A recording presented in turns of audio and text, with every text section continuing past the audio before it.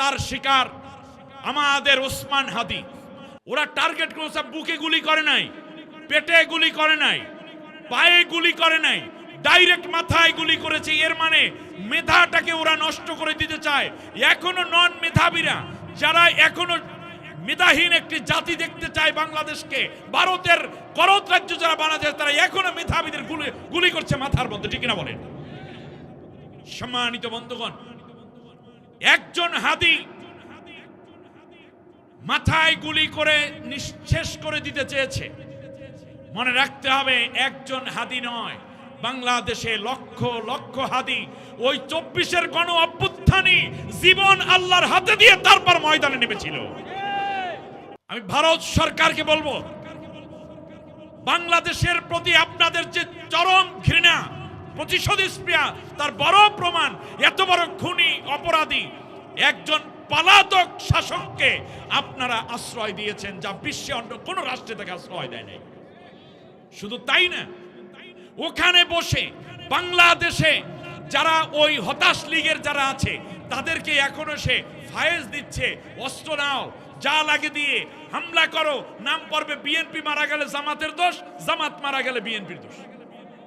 এজন্য হাত জোর করে বলি, জামাত বিএনপি প্লিজ থামুন, একে অন্যের বিরোধিতা করতে থামুন, থামুন, থামুন। তার কারণ দুই দলে মারামারি করবে, দুই দলে কথা বলে মাঝখানে গুলি করবে ওরা, ওদেরকে আপনি দেখবেন না। ফলে একজন মারা গেলে আরেকজন দোষী হবে, ময়দানে যারা আছে তারা দোষী হবে। এই কথাই বাবু ওদেরকে কানে দিচ্ছে। আমাদের তো ব্যান্ড করিয়ে বলেছেন মার সমানে। তবে একটা কথা বলি, হাতি ঘোড়া গেল তল, ছাগল বলে কত জল। যেই ছাত্ররা, যেই মানুষেরা, যেই শিক্ষার্থীরা, যেই মেধাবীরা তোমাদের বাবুকে হটাতে সক্ষম হয়েছে, যার 3 শতাধিক এমপি সবাই ছিল তার, র্যাব ছিল তার, গোয়েন্দা তার, ডিবি তার, ডিএসবি তার, সেনাবাহিনী তার, বিমান বাহিনী তার, নৌবাহিনী তার, মেম্বার তার, চেয়ারম্যান তার, উপজেলা চেয়ারম্যান, ভাইস চেয়ারম্যান তার, সেক্রেটারিয়েট তার হাতে, সচিব তার হাতে, টিওনো, ডিসি, এসপি, কি নাই তার, সবই তো তার। এরপরেও যেহেতু টিকে থাকতে পারে নাই, মনে রেখো তোমার মতো 2-1টা বাদর বেশি লাফালাফি করলে তোমাকেও করুণ পরিণতির শিকার হতে হবে। ছাত্র জনতা ঘুমায় নাই, আবার জাগতে হবে দেশ রক্ষার জন্য। তোমরা তোমাদের সেই শক্তিগুলো নিয়ে ময়দানে আরেকবার ঝাঁপিয়ে প্রয়োজন হলে বাংলার মানুষ তোমাদের সাথে থাকবে। এবার দূর থেকে শুধুমাত্র বলবে না, বরং যদি বাংলাদেশের যে কোনো ক্রাইসিসে যদি আবার সেই বিপ্লবীরা জেগে ওঠে, আমরাও আবার প্রয়োজনে বাঁশের কেল্লা নিয়ে, বাঁশের কেল্লার তিতুমিরের সেই লাঠি নিয়ে আবার ময়দানে হাজির হয়ে যাব। ফিরাউন যখন বলল আনা রব্বুকুমুল আলা, আমি সবচেয়ে বড় রব, আল্লাহ তাআলার কাছে বললেন রব্বি জিদনি ইলমা, সুবহানাল্লাহ। তাহলে রবের বিরুদ্ধে যারা, তারাই তাগুত। আল্লাহ তাআলা বললেন দিলাম জ্ঞান বাড়াইয়া, সুবহানাল্লাহ বলেন। তাহলে তাগুতের মোকাবেলা করতে হয় কি দিয়ে? জোরে বলেন কি দিয়ে? জ্ঞান দিয়ে। আমাদের এই নব্য তাগুতের সাথে পারে নাই কেন? তার কারণ হইল, আমি একটা নাম নিয়ে বলি, জামাত ইসলামী যারা করেন তারা বেশিরভাগ হইল প্রবীণ নেতারা, ঠিক না? মুরব্বীরা নীতি নির্ধারণীতে। বিএনপিতে যারা আছে তারাও ওই মুরব্বীরা, এই যে মির্জা ফখরুল ইসলাম আলমগীর সহ যা বলেন। এখন ওনারা এই মুরব্বীদের সাথে পাইরা ওঠে না। মুরব্বী খেলা হচ্ছে। এরা কি যে করে, এর হাতে হাতে রাষ্ট্র ক্ষমতা, এর পাশে আছে ভারত, এর পাশে আছে মোসাদ, ইসরায়েল, এর পাশে আছে অমুক রাষ্ট্র তমুক রাষ্ট্র। রাষ্ট্র ক্ষমতা থাকার কারণে এই মুরব্বীরা যে আন্দোলনের ডাক দেয়, এগুলো ওরা খাইয়া ফেলায়। 16 বছর পর্যন্ত খাইছে। কিন্তু পরবর্তী নতুন প্রজন্ম এসে তারা দেখতে পেল যে এইভাবে হবে না, নতুন একটা জোয়ার সৃষ্টি করতে হবে, যেটা হবে জ্ঞানের মাইর। আপনি দেখেন না, এখন থেকে কি জানো যে হরতাল, এরপর বলে অবরোধ। ওরা নামগুলাই আলাদা করে দিয়েছে। ওরা বলে লকডাউন, ওরা বলে কমপ্লিট শাটডাউন। খেয়াল করেছেন চিন্তার জগৎটা? 6 তারিখের প্রোগ্রাম 5 তারিখ আইনে ফলাইছে। 6 তারিখ গেলে আমার দেশের 1 লক্ষাধিক ছাত্রকে হত্যা করা হতো। 6 তারিখের 5 তারিখ লং মার্চের জন্য 6 তারিখ না, এটা 5 তারিখ বানাই, তখনই মাথা নষ্ট হয়ে গেছে। যাই হোক, এই জ্ঞান দিয়ে লড়াই করতে হয়। বাংলাদেশের সবচেয়ে সর্ববৃহৎ ছাত্র সংগঠন, আদর্শিক ছাত্র সংগঠন বাংলাদেশ ইসলামী ছাত্র শিবিরের সাবেক কেন্দ্রীয় সভাপতি। আল্লাহু আকবার। শুধুমাত্র জামায়াতে ইসলামীর ক্যান্ডিডেট তিনি নন, তিনি আপনাদের এই ব্রাহ্মণপাড়া এবং বরিচং এলাকা, এতটুকু জায়গা শুধুমাত্র এমপি হওয়ার জন্য জামায়াতে ইসলামী তাকে পাঠিয়েছে।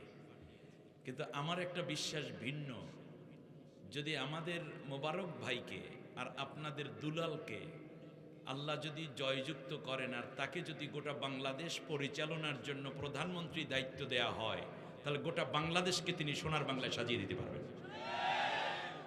এত বড় মেধাবী, চিন্তাশীল এবং দূরদর্শী, বিনয়ী, আল্লাহু আকবার।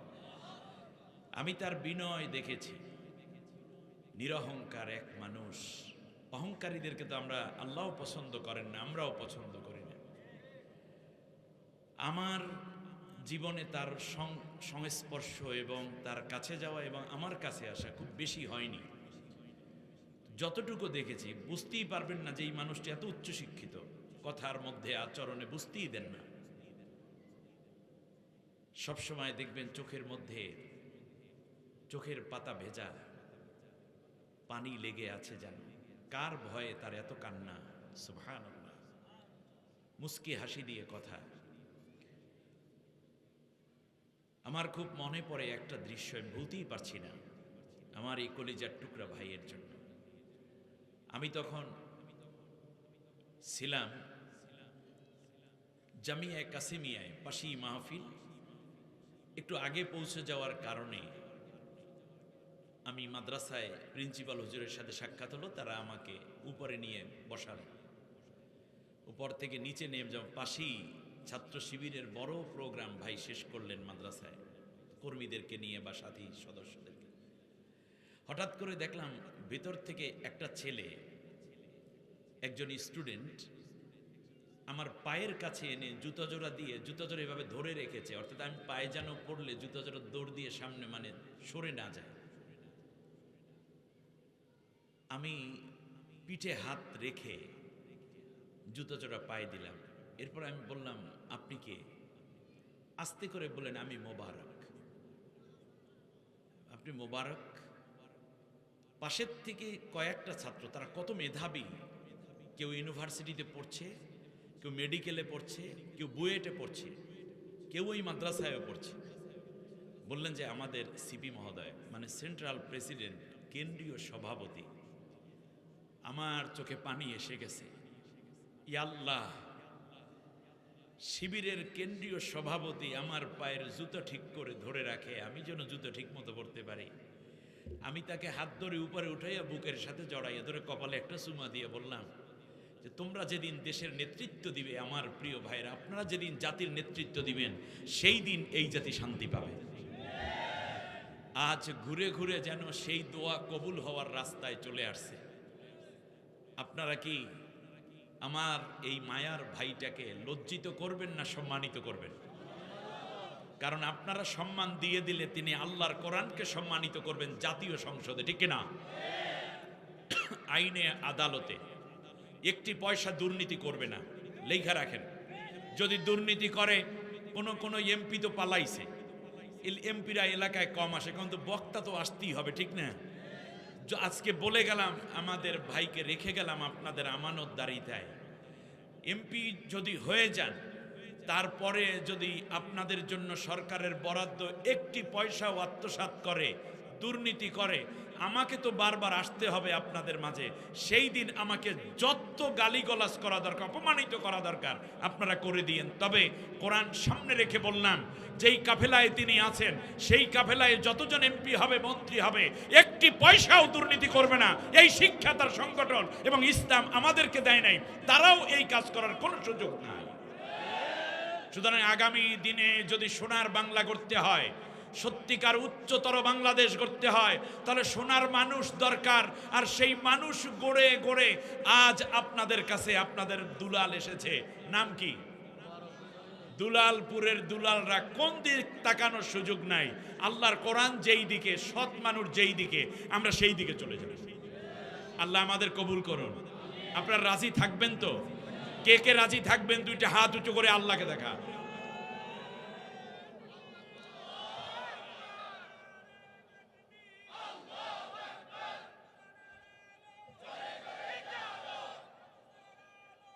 আল্লাহ কবুল করুন, বলেন আমিন।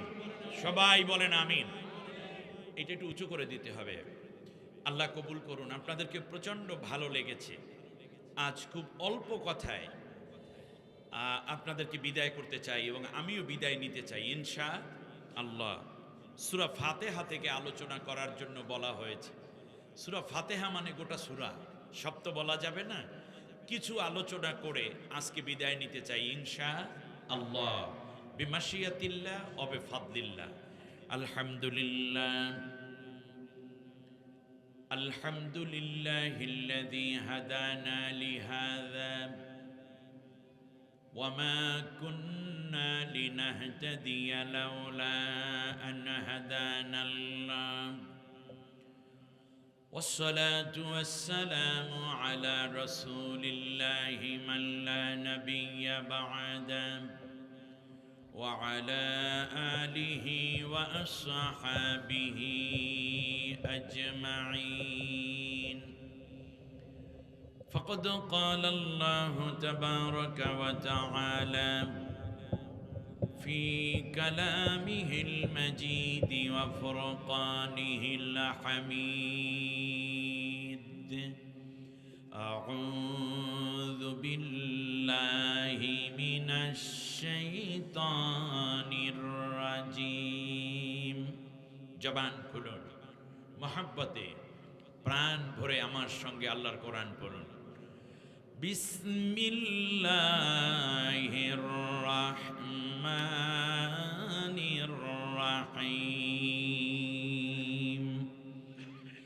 ইন্নাল্লাহা ওয়া মালাইকাতাহু ইউসাল্লুনা আলান নবী ইয়া أيها الذين آمنوا صلوا عليه وسلموا تسليما. اللهم صل على محمد وعلى آل محمد كما صليت على إبراهيم وعلى آل إبراهيم إنك حميد مجيد. নহে সমাপ্ত কর্ম তোমার, নহে সমাপ্ত কর্ম তোমার, অবসর কোথা বিশ্রামের, উজ্জ্বল হয়ে ফোটেনি আজিও সুবিমল জ্যোতি ইসলামের। বালাগাল উলা কাশাফাদ দুজা বিজামালিহি হাসনাত জামিউ খিসালিহি সাল্লু আলাইহি ওয়া আলিহি। বাংলাদেশের স্বনামধন্য জনপদ, শস্য ভাণ্ডার হিসাবে ঐতিহাসিকভাবে পরিচিত, সীমান্তবর্তী ভারতের কোল ঘেঁষে ঐতিহ্য এবং নিজেদের স্বকীয়তায় আপন মহিমায় উদ্ভাসিত, স্বাধীনতার সার্বভৌমত্ব রক্ষার অতন্ত্র প্রহরী এই জনপদ কুমিল্লা একদিকে নিজেদের সত্তাকে বিকশিত করছে, যেমন তার পাশাপাশি ইমান, আমল, তাহজিব, তামাদ্দুনে নিজেদেরকে উজ্জীবিত করার লক্ষ্যে গড়ে তুলেছেন হাজারো মসজিদ, মাদ্রাসা, কওমি মাদ্রাসা, হাফিজি মাদ্রাসা, দরসে নিজামি আলিয়া। ঠিক তার পাশাপাশি মোবাইল প্রোগ্রাম হিসাবে সাজাচ্ছেন তাফসিরুল কোরআন মাহফিল, ওয়াজ মাহফিল, সিরাতুন নবী সাল্লাল্লাহু আলাইহি ওয়াসাল্লাম মাহফিল, মিলাদ মাহফিল, হাজারো আয়োজন ধারাবাহিকতায় বিপাড়া এলাকায় দুলালপুরে হাই স্কুল ময়দানে ঐতিহাসিক এই তাফসীরুল কোরআন মাহফিল, সম্মানিত সভাপতি সমাপনী অধিবেশনে সভাপতিত্ব করছেন বিশিষ্ট আলিম দ্বীন, হাজার আলেমের ওস্তাদ, সারাটা জীবন কোরআনের খেদমত করলেন, হাদিসের খেদমত করলেন। পড়ন্ত বিকেলে এসেও কোরআনের ময়দানে জানান দিচ্ছেন, আমি এখনো জীবিত আছি, আসো কোরআন শুনতে, আসো কোরআনের পক্ষে, ঠিক না? আমাদের সকলের শ্রদ্ধেয় মুরব্বী বালিনা ইসলামী আলিম মাদ্রাসার সাবেক অধ্যক্ষ পীর সাহেব হযরতুল আল্লাম খন্দকার আব্দুর রশিদ, কোরআনের জন্য আল্লাহ তাকে সুস্থতা এবং দীর্ঘ নেক হায়াত দান করুন বলি আমিন। আয়োজিত এই মাহফিলে প্রধান মেহমান হিসাবে খুব স্বল্প সময়ে কথা বলেছেন দুলালপুরের আদরের দুলাল, মা বোনদের আদরের ধন, বোনদের দরদের ভাই, মুরব্বীদের আদরের দুলাল, সন্তান তুল্য, কারো নাতি তুল্য, সব মিলে এক অমায়িক মানুষ। আপনাদের এই ব্রাহ্মণপাড়া এবং বুড়িচংয়ের নির্বাচনী এলাকার জামাত ইসলামী মনোনীত আল্লাহর কোরআনকে সংসদে উচ্চ আসনে আসীন করার জন্য প্রতিনিধিত্ব করতে, দেশ জাতিকে শান্তি এবং নিরাপত্তা দেওয়ার আমানত হিসাবে এমপি নির্বাচন করার জন্য তারা মনোনীত করেছেন। আপনারা বেজান না খুশি? আর একটু জোরে বলেন না, খুশির আওয়াজটা খুশির মতো করে বলেন আলহামদুলিল্লাহ। আমাদের প্রিয় ভাই হযরতুল আল্লাহ মাওলানা অ্যাডভোকেট ডক্টর মোবারক হোসাইন, আল্লাহ তাকে বরকতময় করে দিন বলি আমিন। মোবারক ভাইকে বলার কোনো সুযোগ নাই, নির্বাচন হয়ে যাবে, এরপর আসবে রমজান, এরপর আসবে ঈদ মোবারক, ঠিক না বলেন? তা আমরা যেন আগেই মোবারককে ঠিক করে রাখতে পারি, মোবারককে বিদায় দিয়ে ঈদ বলতে হবে শুধু, মোবারক বাদ হয়ে যাবে, ঠিক না? কি এক নাম, দুলালপুর মোবারক। এই ইউনিয়নে আপনার বাড়ি না? আহ, মজাই আলাদা। আলহামদুলিল্লাহ, আল্লাহ রাব্বুল আলামিন কোরআনের এই খাদেমকে যেন সম্মানিত করেন। মোবারক ভাই শুধুমাত্র জামাত ইসলামীর প্রতিনিধিত্ব করবেন না, আল্লামা সাইদের উত্তরসূরি হিসাবে তিনি সংসদে প্রতিনিধিত্ব করবেন। তিনি শহীদ মতিউর রহমান নিজামী, আলী হাসান মোহাম্মদ মুজাহিদ, আব্দুল কাদের মোল্লা, যাদেরকে অন্যায়ভাবে শহীদ করা হয়েছে, কামারুজ্জামান, মীর কাসিম আলী সহ, আমি বলবো আমাদের সালাউদ্দিন কাদের চৌধুরী এবং ইলিয়াস আলী সহ যাদেরকে অন্যায়ভাবে হত্যা করা হয়েছে, জুলাই আন্দোলনে যাদেরকে হত্যা করা হয়েছে, পিলখানায় যাদেরকে হত্যা করা হয়েছে নৃশংসভাবে, হেফাজত ইসলামের যত আলেমকে হত্যা করা হয়েছে, সর্বোপরি বাংলাদেশে 28 অক্টোবর 2000 সালে লগি বৈঠা দিয়ে যাদেরকে হত্যা করা হয়েছে, সমস্ত হত্যাকারীদের রক্তে ভেজা একটি কাফেলাকে সামনে রেখে তিনি কোরআনের নেতৃত্ব দিবেন। হত্যাকারীদের প্রতিশোধ কিংবা তাদেরকে আইনের আয়ত্তে এনে যেন মাজলুমরা ন্যূনতম বিচারের অধিকার পেতে পারে, মানুষ যেন আর বঞ্চিত না হয়, সেই জন্য মোবারক ভাই প্রতিনিধিত্ব করবে, ঠিক না? কারণ ইতিহাসের ধারা শুধুমাত্র এই 25-এর নির্বাচন নয়, অনেক রক্ত বেয়ে এই জায়গায় এসেছে 26-এর নির্বাচন।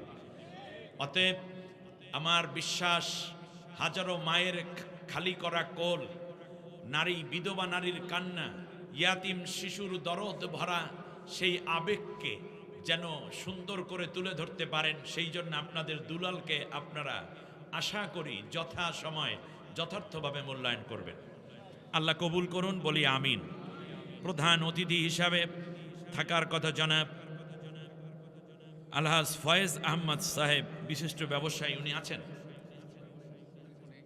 আচ্ছা, ছোট ভাইয়ের চেন, আল্লাহ কবুল করুন, ভাইদেরকে বলি আমিন। আয়োজিত এই মাহফিলে সম্মানিত ওলামায়ে কেরাম কথা বলেছেন মাওলানা হিফজুর রহমান নাঈম, কথা বলেছেন হজরতুল আল্লাহ মাওলানা মিজানুর রহমান আতিকি, হাফেজ মাওলানা ওবায়দুসবাহান মামুন সাইদি সহ অনেকে, বিশেষ মেহমান বৃন্দ, সকলের নাম বলে আর সময় না নেই, কারণ আল্লাহ যাদেরকে দুনিয়ায় মেহমান বানিয়েছেন আল্লাহ যেন কিয়ামতের দিন তাদেরকেও জান্নাতে মেহমান করে সম্মানিত করেন, বলেন আমিন। আল্লাহ তাআলা কিছু মানুষকে মেহমান করবেন, এই কথা আল্লাহ কোরআনে ওয়াদা করেছেন। আপনারা কি আল্লাহ তাআলার আসামি হতে চান নাকি মেহমান হতে চান?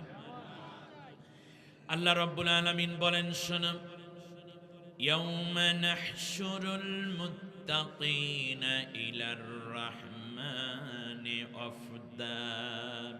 কিয়ামতের দিন আমি মুত্তাকি বান্দাদেরকে, মুত্তাকিনদেরকে আমি আল্লাহ তাআলা মেহমান করে আমার সামনে হাজির করব।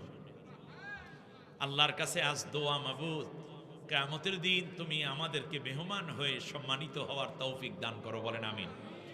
আল্লাহ রাব্বুল আলামিন বলেন, আমার মেহমান হেঁটে হেঁটে জান্নাতে যাবে এটা মানাবে না, এই জন্য আমি আল্লাহ আমার মেহমানের সম্মানে জান্নাতটা তার পায়ের কাছে এনে হাজির করে দেব। ওয়াউসলিফাতিল জান্নাতু লিল মুত্তাকিনা গায়রা বাঈদ। সুবহানাল্লাহ, আমি আমার মেহমানের জন্য জান্নাতকে তার একেবারেই পায়ের কাছে নিয়ে আসবো। সুবহানাল্লাহ বলেন। আল্লাহ রাব্বুল আলামিন আবার বলেন, শোনো, এই মুত্তাকি মানুষগুলো যদি তোমাদের সমাজের নেতা হয়ে যায়, সমাজে যদি মুত্তাকি মানুষগুলোকে, ইমানদার মানুষদেরকে নেতা বানাও আর আমার কোরআন দিয়ে যদি দেশটা চালাও, তাহলে দুনিয়ার বুকেও আমি আল্লাহ তোমাদেরকে সম্মানিত করে দেব। আমরা কেন তাকওয়াহীন মানুষকে নেতা বানাই? এটা বড়ই অশনি সংকেত। যারা আল্লাহকে বেশি ভয় করে, আমরা আল্লাহকে ভয় করি না, তা আমার চেয়ে বেশি ভয় যে করে সে না আমার নেতা হবে। আমি নামাজ পড়ি, কিন্তু আমার চেয়ে ভালো নামাজ যিনি পড়তে পারেন তিনি ইমাম হবেন, তিনি আমার লিডার হবেন। অসৎ লোকদেরকে আমরা কেন আমাদের কাছে টানবো? আমি বলছি না কেউ অসৎ, কিন্তু আপনি যখন বিবেকে আসবে যে এর চেয়ে এ সৎ বেশি, এর চেয়ে নেককার বেশি, তাকেই আপনাদের সমর্থন দিতে হবে। আল্লাহ রাব্বুল আলামিন বলেন, শোনো, ওয়ালাউ আন্না আহলাল কুরা আমানু ওয়াত্তাকাউ লাফাতাহনা আলাইহিম বারাকাতিম মিনাস সামাই ওয়াল আরদ। জমিনের উপরে দেশের মানুষ, জাতির মানুষেরা যদি আমি আল্লাহর কোরআন অনুযায়ী দেশটা চালায়, আমি আল্লাহর উপরে বিশ্বাস করে আর তাকওয়াবান খোদাভীরু যারা, মানুষের সম্পদ লুণ্ঠন করবে না, চুরি করবে না, ডাকাতি করবে না, মাদক সেবন করবে না, কোনো নারীর ইজ্জত নিজে লুণ্ঠন করবে না, দলকানা হবে না, মানুষের মধ্যে কোরআন দিয়ে ন্যায় এবং ইনসাফ করবে, কোনো ধর্মের ব্যক্তি হিসাবে কোনো প্রায়োরিটি নয়, বরং মানুষ হিসাবে সাম্য প্রতিষ্ঠা করে দেবে। এই রকম মানুষগুলো যদি নেতা বানাও, তাহলে মনে রাখবা আমি আল্লাহ ওয়াদা করলাম, আসমানের যত বরকতের দরজা আছে, জমিনের যত বরকতের দরজা, সব বরকতের দরজা আমি আল্লাহ তোমাদের জন্য খুলে দেব, অবশ্যই খুলে দেব। আপনি দেখুন মাটির নিচে কি আছে, পেঁয়াজ, রসুন, আদা, মূলা, গাজর, রসুন, এইগুলো না আরো কিছু আছে মাটির নিচে? মাটির নিচে আছে তেলের খনি। সুবহানাল্লাহ বলেন। কিসের খনি? তেলের খনি কোথায়? মাটির নিচে। গ্যাসের খনি কোথায়? মাটির নিচে। স্বর্ণের খনি কোথায়? মাটির নিচে। কয়লার খনি কোথায়? মাটির নিচে। হীরার খনি কোথায়? মাটির নিচে। ইউরেনিয়াম কোথায়? মাটির নিচে। এর মানে পৃথিবীর উপরে যা আছে তার হাজার নয় কোটি কোটি গুণ বেশি আছে মাটির নিচে, আর আসমানে আছে বরকত। আল্লাহ রাব্বুল আলামিন বলেন, জমিনের উপরটা তোমরা সৎ লোক আর কোরআন ওয়ালাদেরকে দিয়ে দাও, কোরআন দিয়ে সাজাও, আমি আল্লাহ জমিনের নিচের যত বরকত সব তোমাদের জন্য খুলে দেব। নিচ থেকে আর ভূমিকম্প আসবে না, নিচ থেকে স্বর্ণের খনি আসবে, হীরার খনি আসবে, গ্যাসের খনি আসবে, কয়লার খনি আসবে। সুবহানাল্লাহ বলেন। সুতরাং সেই জায়গাটি যেন আমরা নিশ্চিত করতে পারি, আল্লাহ সেই তৌফিক আমাদেরকে নসিব করুন। আয়োজিত এই মাহফিলে আসাদিজায়ে কেরাম, খুতাবা, আইম্মা এবং হুফাজে কেরাম রয়েছেন, মুরব্বিয়ানে কেরাম, যুবক ভাইয়েরা, পর্দার আড়ালের সম্মানিতা মা বোন, অন্য ধর্মাবলম্বীদেরকে আন্তরিক মোবারকবাদ জানিয়ে আমি আপনাদের উদ্দেশ্যে যে স্থান থেকে আলোচনা করার জন্য কর্তৃপক্ষ দাবি করেছেন, এটা খুব পরিচিত একটা জায়গা আমাদের জন্য, তাই না? সূরার নাম সূরাতুল ফাতিহা। সূরার নাম কি? আরেকটু জোরে বলেন। ফাতিহা শব্দের অর্থ হলো ভূমিকা। ফাতিহা শব্দের অর্থ খোলা, ওপেন করা। ফাতিহা শব্দের অর্থ হলো মুখবন্ধ। মুখ মানে প্রথম যেই কথাটা হয়, ইনস্ট্রাকশন। ফাতিহা শব্দের অর্থ হলো মানবতার ভাগ্য এবং কল্যাণকে খুলে দেওয়ার জন্য যেই সূরাটা, সেই সূরাটার নাম সূরা ফাতিহা। সুবহানাল্লাহ। এটা শুধু কোরআন খোলা নয়, বরং এটা মানুষের জীবনটাকে খুলে দেয় আল্লাহর দরজায়, আল্লাহর রাস্তায়। সুবহানাল্লাহ বলেন। ফাতিহা এই সূরাটার আরো কিছু নাম আছে। সূরার নাম করা হয়েছে, এই সূরাটার আরেকটা নাম হচ্ছে সূরাতুল কানজ। কানজুন শব্দের অর্থ হচ্ছে খনি। খনির মধ্যে যেমন অঢেল সম্পদ লুক্কায়িত থাকে, ঠিক তেমনি সূরা ফাতিহার মধ্যে আল্লাহ রেখেছেন অগণিত নেয়ামত, অগণিত বারাকা, অগণিত সওয়াব, অগণিত তাফসীর, অগণিত বক্তব্য। এই জন্যই সূরার নাম হচ্ছে সূরাতুল কানজ। শব্দের অর্থ হচ্ছে খনির সূরা। সূরাটার নাম বলা হয়েছে সূরাতুল শিফা। সূরাতুল শিফা। আল্লাহ রাসূল সাল্লাল্লাহু আলাইহি ওয়াসাল্লাম বলেছেন এটা হচ্ছে রোগ মুক্তির সূরা। আপনাদের এখানে রোগ নাই, কে কে আছেন? এখানে কোনো রোগ নাই, অসুস্থতা নাই। আমিও রোগী আছি, কোনো না কোনো রোগ আছে আমাদের শরীরে, তাই না? যে কোনো ছোট রোগ কিংবা বড় রোগ। আল্লাহর নবী বলেছেন আমলটা এভাবে করবেন।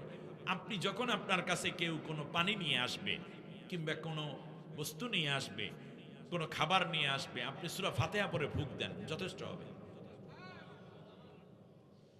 আমরা এই যে হুজুর, পীর, বুজুর্গ, উলামা, ফুজালা কিংবা মুরব্বীদের কাছে যখন যাই, ইমাম খতিবের কাছে, তখন বলি যে হুজুর আমার ছেলেটা অসুস্থ, মেয়েটা অসুস্থ, একটু দোয়া পড়ে দেন।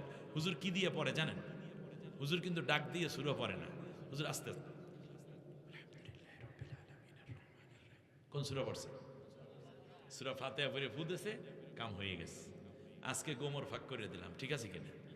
অন্য কিছু বলতে পারে, কিন্তু কোন দোয়ায় সূরা ফাতিহা নাই, এরকম কোন দোয়া হুজুররা করে না। কারণ জানেন এই সূরাটা পড়া মানে গোটা কোরআনকে পড়িয়ে দেওয়া। সুবহানাল্লাহ। এরপরেও যদি মহা জটিল রোগ হয়, এমন রোগ যেই রোগ আর কোনো ঔষধে ভালো হয় না, ডাক্তারও খুব বলে দিয়েছে, কত ঔষধ খাইলো, কত দিন গেল, কোনো উপকার নেই। মা বোনদেরকে বলি, আপনাদেরকেও বলি, যখন মুয়াজ্জিন ফজরের আজান দেন, ফজরের আজানের সাথে সাথেই উঠে পড়বেন। আর তাহাজ্জুদ পড়লে তো আগেই উঠে আছেন। সুন্নত নামাজটা পড়বেন 2 রাকাত। 2 রাকাত সুন্নত না ফজরে? সুন্নতে মুআক্কাদা 2 রাকাত নামাজ পড়বেন। 2 রাকাত নামাজ পড়ার পরে 1 গ্লাস পানি নিবেন কিংবা একটা বোতল ভরা পানি নিবেন, নিয়ে সূরা ফাতিহা 40 বার মতান্তরে 41 বার পড়বেন। একবার পড়বেন, একটা ফু দিবেন, একবার পড়বেন, একটা ফু দিবেন। এই 40 বার সূরা ফাতিহাটা পড়ে পৃথিবীর যত বড় বিমারি হোক না কেন, যদি হায়াত থাকে, আল্লাহ রাব্বুল আলামিন এই রোগীকে এই সূরা ফাতিহার বরকতে, এই পানিটুকুর বরকতে আল্লাহ তাকে সুস্থ করে দিবে। এটার নাম সূরাতুদ দোয়া। আমরা দোয়া করি, কিন্তু আল্লাহর নবী সবচেয়ে বড় দোয়া শিখিয়েছেন এই উম্মাকে। আল্লাহর পক্ষ থেকে যখন সূরা ফাতিহা পেলেন, আল্লাহর নবী যখনই দোয়া করতেন, প্রথমে সূরা ফাতিহা পড়তেন, তারপর অন্যান্য কথা বলতেন। আল্লাহর নবী সব দোয়ার মধ্যে সূরা ফাতিহা পড়তেন। সুবহানাল্লাহ। সূরা ফাতিহা ছাড়া নামাজ, কথা বলেন, নামাজ হবে না। আল্লাহর নবী বলেছেন লা সালাতা ইল্লা বিফাতিহাতিল কিতাব। সূরা ফাতিহা ছাড়া নামাজ হয় না। আপনি কিচ্ছু জানেন না, কোনো দোয়া কালাম কিচ্ছু জানেন না, শুধু সূরা ফাতিহা পড়ে যদি আপনি নামাজ পড়েন, আপনার নামাজ হয়ে যাবে। সুবহানাল্লাহ। কি চমৎকার কথা!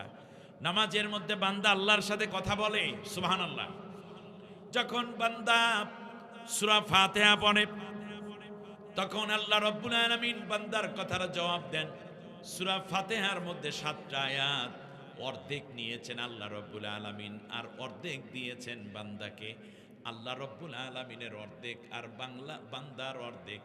এই জন্য সূরা ফাতিহার ইয়্যাকা না'বুদু পর্যন্ত বান্দার আল্লাহ রাব্বুল আলামিনের প্রশংসা করে দিয়েছেন, আর ইয়্যাকা নাস্তাইন থেকে ওয়ালা দাল্লিন পর্যন্ত বান্দার কথা নিজে চায়। সুবহানাল্লাহ।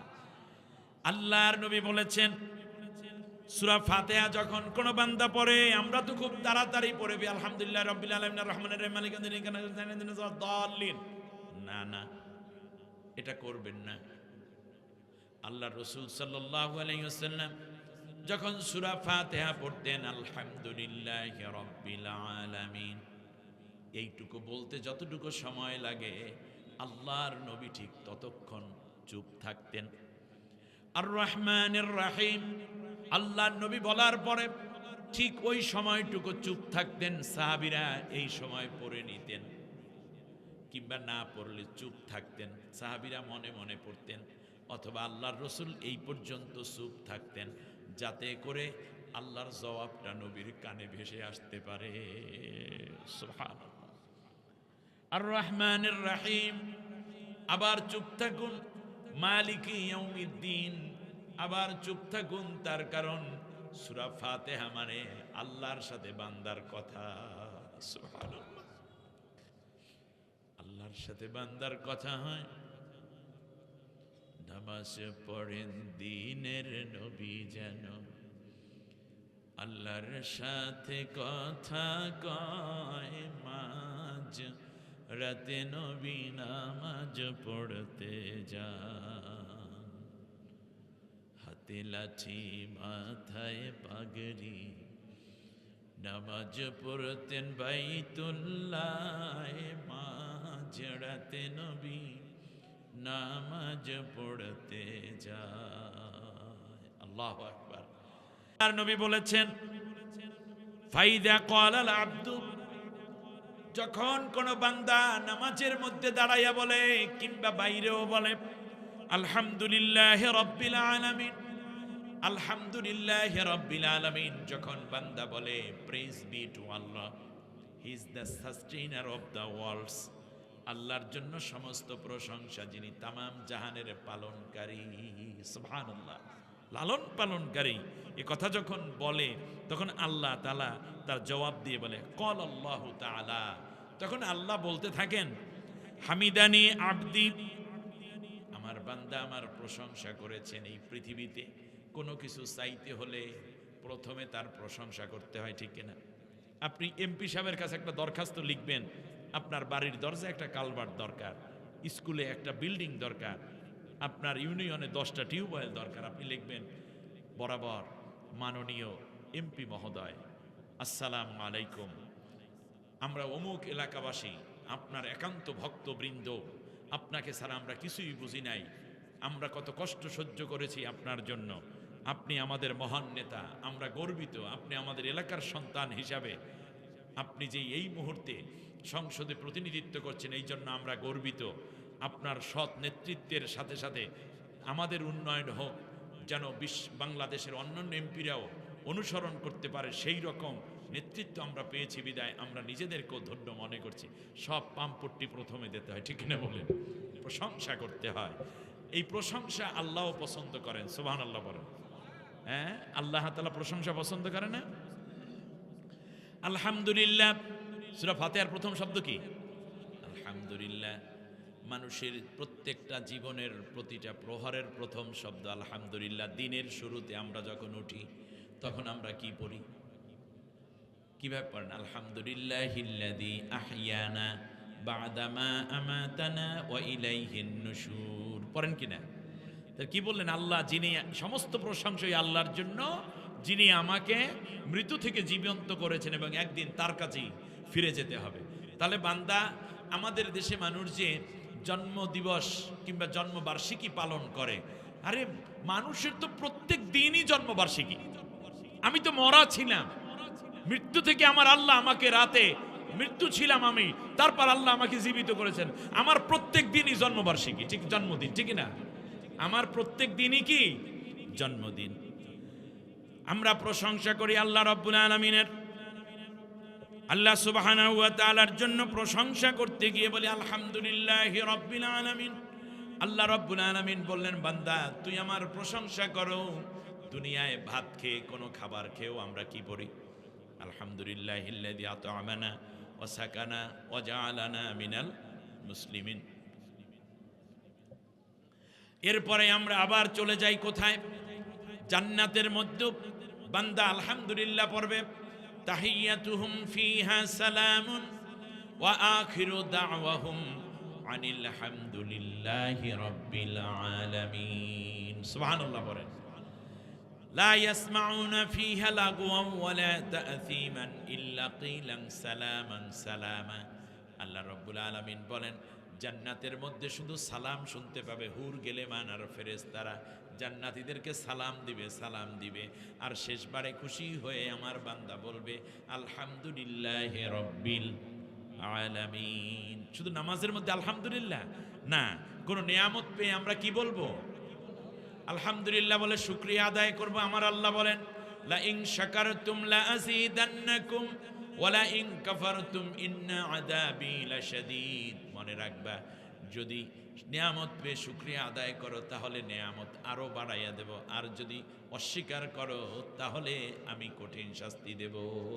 তাহলে আমরা নিয়ামত পেয়ে কি বলবো বলেন তো? আলহামদুলিল্লাহ।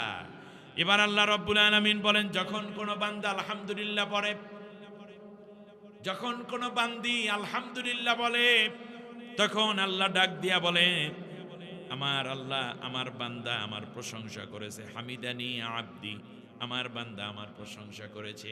যখন বান্দা বলে আর রহমানির রহিম, ক্বাল আল্লাহু তাআলা আসনা আলাইয়া আব্দি, আমার বান্দা আমার প্রশংসার পাশাপাশি আমার গুণগান গেয়েছে। সুবহানাল্লাহ বলে।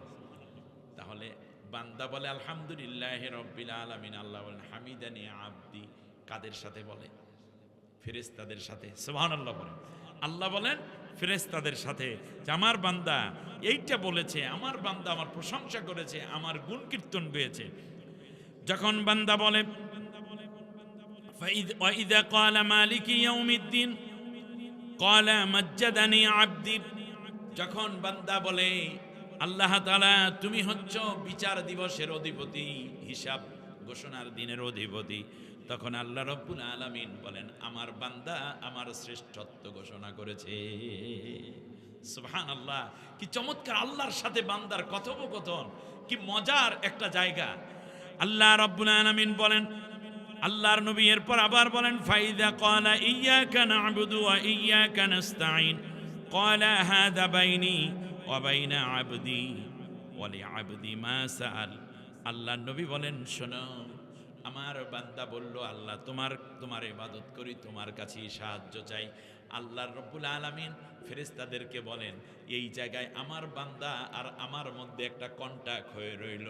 আমার বান্দাকে আমি কি দেব তাই এখন কিন্তু বলবো না।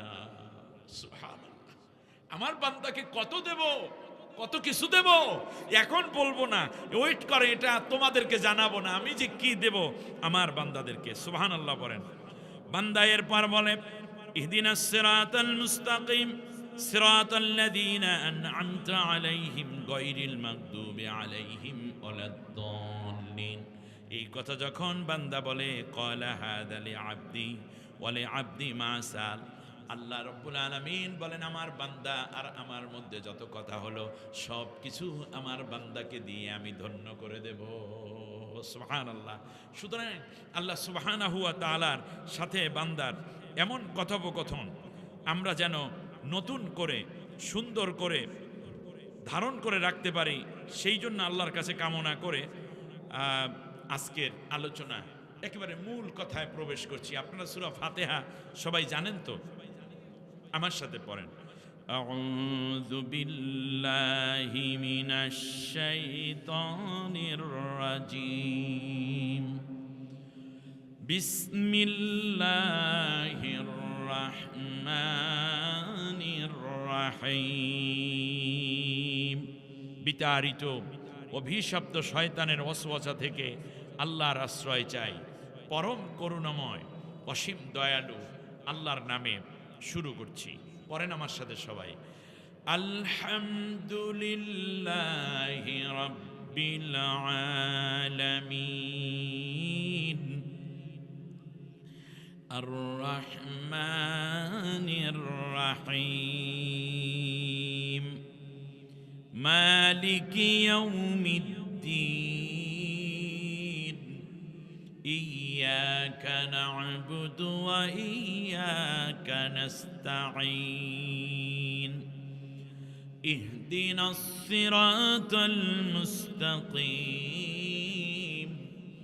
সিরাতাল লাযীনা আন'আমতা আলাইহিম গায়রিল মাগদুবি আলাইহিম ওয়ালাদ-দাল্লিন। আমিন। অর্থ হচ্ছে প্রশংসার যাবতীয় দিক ও বিভাগ কেবলমাত্র আল্লাহর জন্যই নিবেদিত, যিনি তামাম জাহানের রব, লালন পালনকারী। তিনি পরম করুণাময়, অতীব মেহেরবান। হিসাব প্রকাশ দিবসের মহান একচ্ছত্র মালিকানা কেবল তারই জন্য। হে আমাদের রব আল্লাহ, আমরা কেবলমাত্র আপনারই ইবাদত করি, শুধুমাত্র আপনারই সাহায্য ভিক্ষা চাই। আমাদেরকে প্রতিষ্ঠিত সরল সঠিক নির্ভুল পথ প্রদর্শন করুন, এমন পথ যে পথ অনুসরণ করার কারণে আপনার নেয়ামতে ধন্য হয়েছে মানুষেরা, সেই পথে আপনি আমাদেরকে পরিচালিত করুন। এমন পথের পথিক আমাদেরকে আপনি বানাবেন না, যেই পথে চলার কারণে মানুষ গোমরাহ হয়ে গেছে, কিংবা হয়ে গেছে তারা আপনার গজবের মধ্যে নিপতিত। ওই পথের পথিক আপনি আমাদেরকে বানাবেন না। একথা বলার পরে আল্লাহ নবী সাল্লাল্লাহু আলাইহি ওয়াসাল্লাম বলতেন আমিন। আমিন শব্দের অর্থ আল্লাহ তুমি কবুল করো। সুতরাং আমরাও বলবো আমিন। সূরা ফাতিহার শেষে আমিন বলা সুন্নাহ। আমিন বলা কি সুন্নত। আসুন আস্তে করে আমরা বাড়ির দিকে রওনা করি, নাকি কোরআনের দিকে আসব? কোরআনের দিকে আসব। সূরা ফাতিহা, এটাকে বলা হয় উম্মুল কোরআন। কি বলা হয় বলেন তো দেখি? উম্মুল কোরআন মানে হচ্ছে কোরআনের মা। অর্থাৎ এই যত কোরআনের বাকি যত কথা আছে, সব কথা যেন এই সূরা ফাতিহার মধ্য থেকে বের হয়েছে। সুবহানাল্লাহ। বিশ্বনবী সাল্লাল্লাহু আলাইহি ওয়াসাল্লাম নবুয়ত পাওয়ার আগে মাঝে মধ্যে হেরা পাহাড়ে গমন করতেন। আপনারা জানেন, আমরা এ কথা বহুবার শুনেছি। আল্লাহর নবী আসমান থেকে ডাক শুনতেন, ইয়া মুহাম্মদ, ইয়া আহমদ। এভাবে আসমান থেকে কে যেন ডাক দিচ্ছে। আল্লাহর নবী বলেন, তখন আমি আসমানের দিকে তাকাতাম। আসমানের দিকে তাকিয়ে দেখতাম সূরাতুল ফাতিহা নূরের আলোয় ঝলমল করতেছে অক্ষরগুলো। নবুয়ত পাওয়ার আগেই আল্লাহ রাব্বুল আলামিন নবীকে সূরা ফাতিহা দেখিয়েছেন। সুতরাং সূরা ফাতিহা হচ্ছে, এক সাহাবী নবীর কাছে এসে বলল, ইয়া রাসূলুল্লাহ, আমি বিয়ে করব, কিন্তু আমার তো কোনো মোহরানা দেওয়ার মতো অর্থ নাই। আল্লাহর নবী বলেন, তুমি কোরআনের কোনো অংশ কি মুখস্থ করতে পেরেছো? সাহাবী বলল, ইয়া রাসূলুল্লাহ, আমি সূরা ফাতিহা মুখস্থ করেছি। আল্লাহ রাসূল সাল্লাল্লাহু আলাইহি ওয়াসাল্লাম আরবের পরমা এক সুন্দরীর সাথে তার বিয়ে হয়ে গেল। বিয়ে পড়িয়ে দিয়ে বললেন, তুমি এই মেয়েটাকে সূরা ফাতিহা শিখাই দিও। সুবহানাল্লাহ। দেখেছেন? তাহলে বোঝা যাচ্ছে সূরা ফাতিহাটা কি রকম, কত মর্যাদাপূর্ণ সূরা। আরো অনেক কথা আছে। প্রথমে আসুন আমরা প্রশংসা শুরু করছি কাকে দিয়ে? আল্লাহর প্রশংসা। বিগত 18টা বছর একটানা একজন মরা নেতার নামে যত প্রশংসা করলো তার দলের লোকেরা। একজন মরা নেতা আর একজন রং হেডেড নেত্রীর যত প্রশংসা করলো তার দলের লোকেরা, পার্টির কর্মীরা,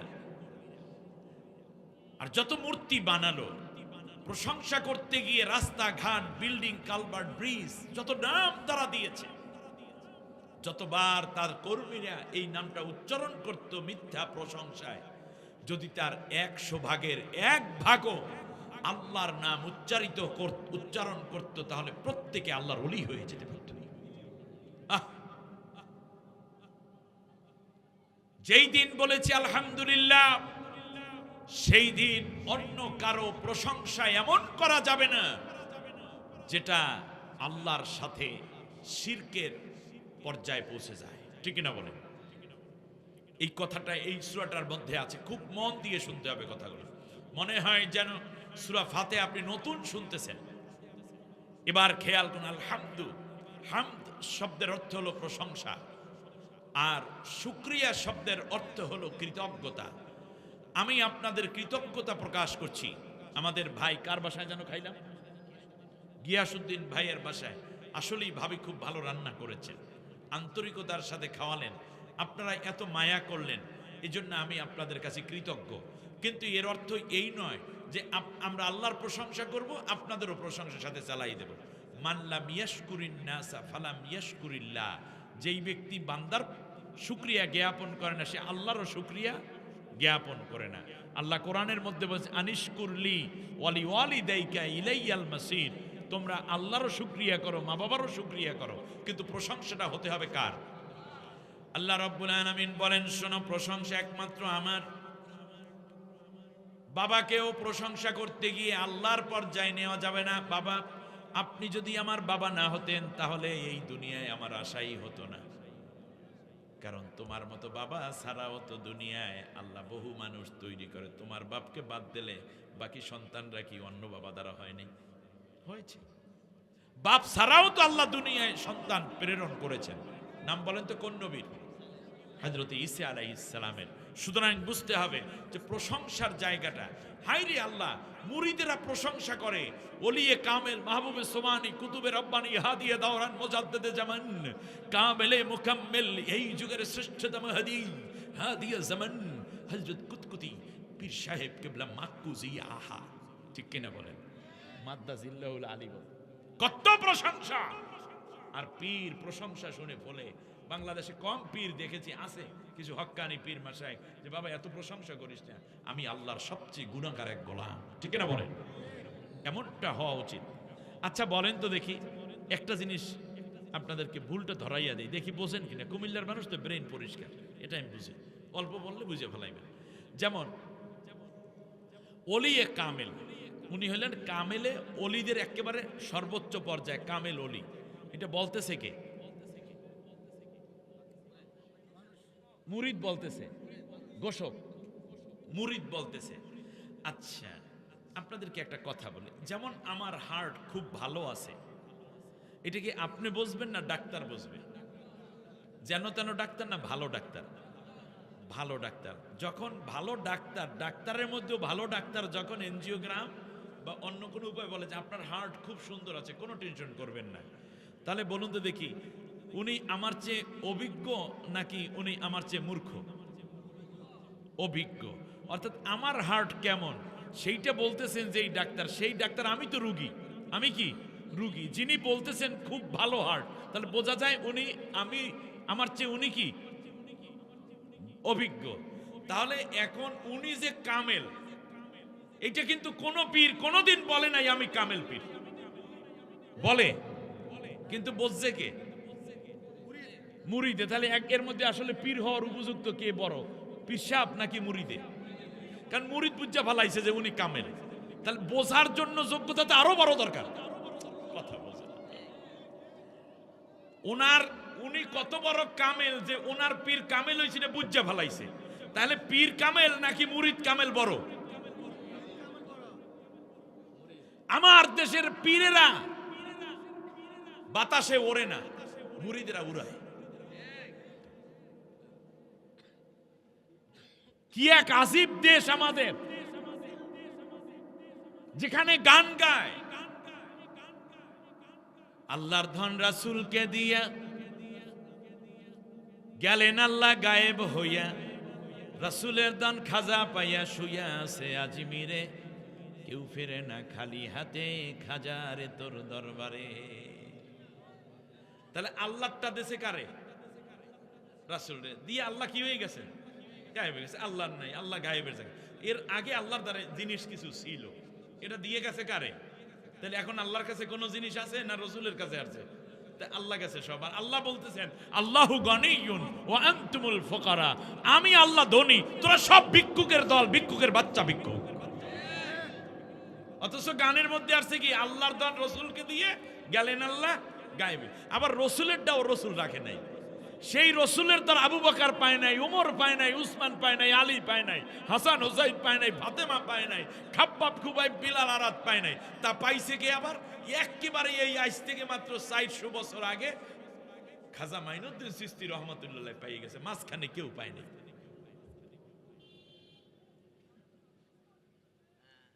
এরপরে সব মাল জমা হয়েছে খাজার কাছে, আর এই খাজা মাইনুদ্দিন চিশতি রহমতুল্লাহর কাছে যাইয়ে কিছু পাইলে কেউ আর কোনোদিন খালি ফেরে না। নবীর কাছেও খালি, কারণ ওখানে চাইলে কিছু হয় না। আল্লাহর কাছেও মাল নাই, চাইয়ে কোনো লাভ নাই। এখন যদি কিছু পাইতে চাও খাজার কাছে চলে যাও। এর চেয়ে বড় শিরক, এর চেয়ে বড় আজীব কথা পৃথিবীতে আর কে কইবে? অথচ বাংলার মানুষ তাদের গান শোনার জন্য, এই বক্তাদের ওয়াজ শোনার জন্য দলে দলে গিয়া মারামারি, কিলাকিলি আর গাঞ্জা টানে। ঠিক কিনা? কি আজীব! ঈমান আনার জন্য মাহফিল সাজানো ছিল, আজকে মাহফিলগুলো ঈমান ধ্বংস করার একটা কারখানায়, আনুষ্ঠানিকতায় পরিণত হয়েছে। অথচ খাজা মাইনুদ্দিন চিশতি রহমাতুল্লাহ আলাইহি নবীর বংশধর, সাহাবীদের সিলসিলায় জীবন জিন্দেগি, তিনি এসে তো পীর হতে চাননি। তিনি ছিলেন পীর। রাজা পৃথ্বীরাজের বিরুদ্ধে 4 লক্ষাধিক সৈন্যের মোকাবেলা করে তিনি এই ভারতে আল্লাহর কোরআনের পতাকা উড্ডীন করেছিলেন। তিনি পীর ছিলেন না, তিনি ছিলেন পীর। মরার পরে তার মাজারটা হিন্দুরা মাজারে পরিণত করে, তারপর এটাকে সিজদার জায়গায় বানাইয়া কোটি কোটি মুসলমানের ঈমান ধ্বংস করে মুশরিকে পরিণত করার কারখানায় পরিণত করেছে। হিন্দুরা ভারতে মসজিদ ভাঙে, বাবরি মসজিদ ভাঙে, মিনার কুতুব ভাঙার আয়োজন করে, কিন্তু মাইনুদ্দিন চিশতি রহমাতুল্লাহর মাজার ভাঙে না। তার কারণ এটার পেছনে হিন্দু সরকারদের মদদ আছে। এখানে কোনো মুসলমান একবার সিজদা করলে সে তার মুসলমান থাকে না, সে মুশরিক হয়ে যায়। এই জন্য এইটা করে লালন করে রাখতেছে।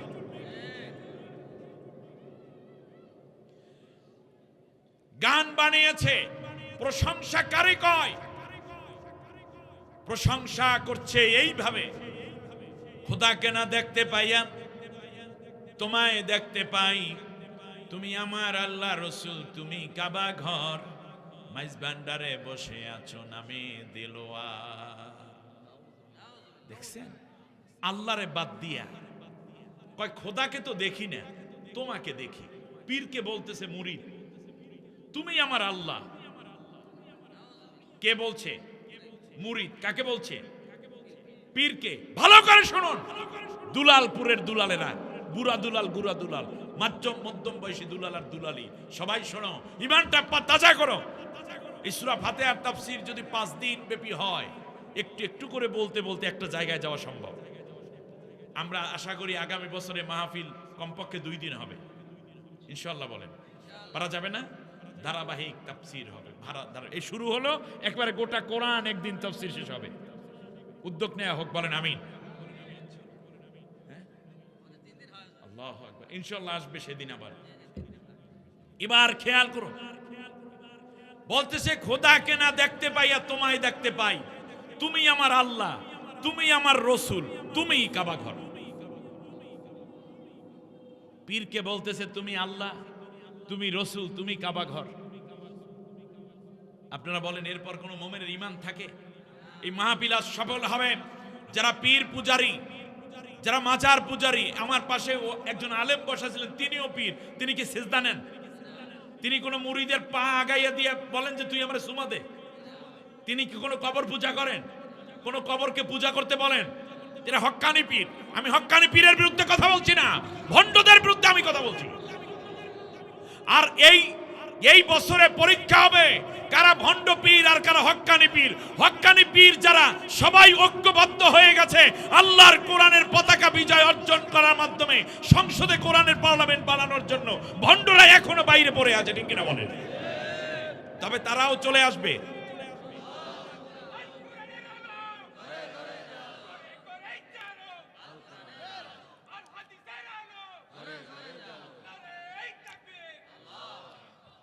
আশা করি সবাই চলে আসবে কোরআনের পথে, বলেন আমিন।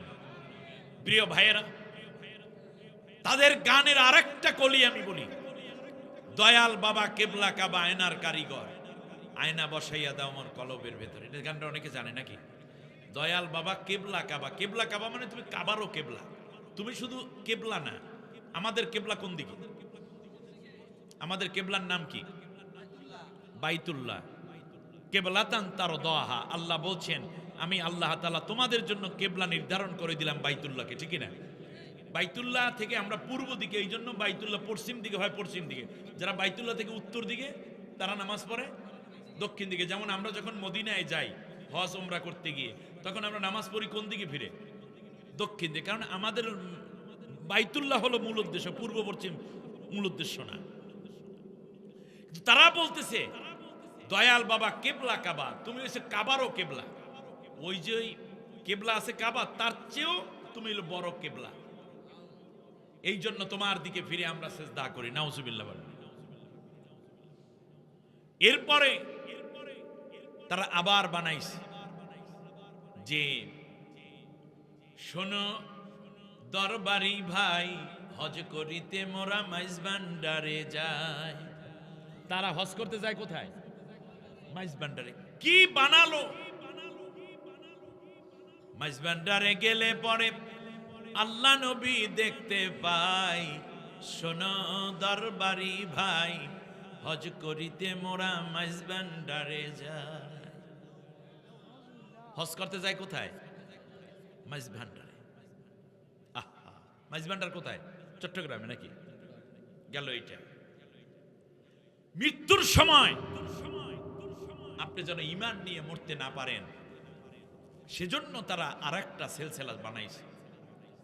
মৃত্যুর সময় আল্লাহ নবী বলেছেন কালেমার তালকিন দিবে, মৃত্যু ব্যক্তি যেন শুনে কালেমা পড়ে ঈমান নিয়ে মৃত্যু হতে পারে। যার শেষ কথা হবে লা ইলাহা ইল্লাল্লাহ, তার জন্য আল্লাহ তাআলা জান্নাত নসিব করে দিবেন। এজন্য মৃত্যু মুমূর্ষ ব্যক্তির পাশে বসে আমরা কালেমা পড়ি, তাই না? অথবা সূরা ইয়াসিন পড়ি, আমরা দোয়া কালাম পড়ি, যাতে করে ওই ব্যক্তির মৃত্যুটা আসানের সাথে হয়। কিন্তু সেখানে তারা বলছে মরণকালে ঢোলবাসি বাজাইও তরিকার ভাইও, মরণকালে ঢোলবাসি বাজাইও। ঢোলবাসি বাজাইবে মৃত্যুর সময়। এর পরের কথা আরো জটিল। কলেমা কালামও ভাই কোনো কিছু দরকার নাই। কলেমা মানে তো লা ইলাহা ইল্লাল্লাহ, আর কালাম মানে কি? কোরআন। কলেমাও দরকার নাই, কালামও দরকার নাই। কলেমা কালামও ভাই কোনো কিছু দরকার নাই। মুর্শিদ কেবলার গুণ কীর্তি গাইও তরিকার ভাইও, মরণকালে ঢোলবাসি বাজাইও। নাউজুবিল্লাহ। এই গান তারা বানাইছে। আমরা চিন্তা করুন তাদের আকীদা। যখন কোনো ব্যক্তি মারা যায়, মারার পরে কবরস্থানে রাখলে তার পীর এসে মুনকার নেকিরের সওয়ালের জবাব সহ সুপারিশ করে জান্নাতে টান দিয়ে নিয়ে যাবে। আজকের আলোচনা খুব জটিল, মন দিয়ে শুনতে হবে, হৃদয়ে গ্রথিত করতে হবে। ঈমান শেষ হয়ে যাচ্ছে, হামদ চলে যাচ্ছে অন্য জায়গায়। আল্লাহ তাআলার ব্যতীত অন্য কাউকে হামদ করলে ওই ব্যক্তি শিরকে লিপ্ত হয়ে যায়, ঠিক না? আলহামদুলিল্লাহি রাব্বিল আলামিন। রব, রবের জন্য সমস্ত প্রশংসা, যিনি তামাম জাহানের পানলেওয়ালা আল্লাহ। সুবহানাল্লাহ। লিল্লাহ মানে কি? আল্লাহর জন্য। আলহামদু, এই আলিফ লামটা হচ্ছে ইস্তেগরাকি বলা হয় নাহু সরফের ভাষায়। যত প্রশংসা আছে, এই জন্য আমি অনুবাদে করেছি যাবতীয় সকল প্রশংসা আল্লাহ। যাবতীয় বলার পর আর সকল লাগে না। এরপর আমি মনে হয় বলেছিলাম যাবতীয় প্রশংসা হবে একমাত্র কার জন্য? আলহামদুলিল্লাহ কেউ যদি একবার বলে, আলহামদুলিল্লাহ লিখতে 8টা অক্ষর, কয়টা? আরো জোরে।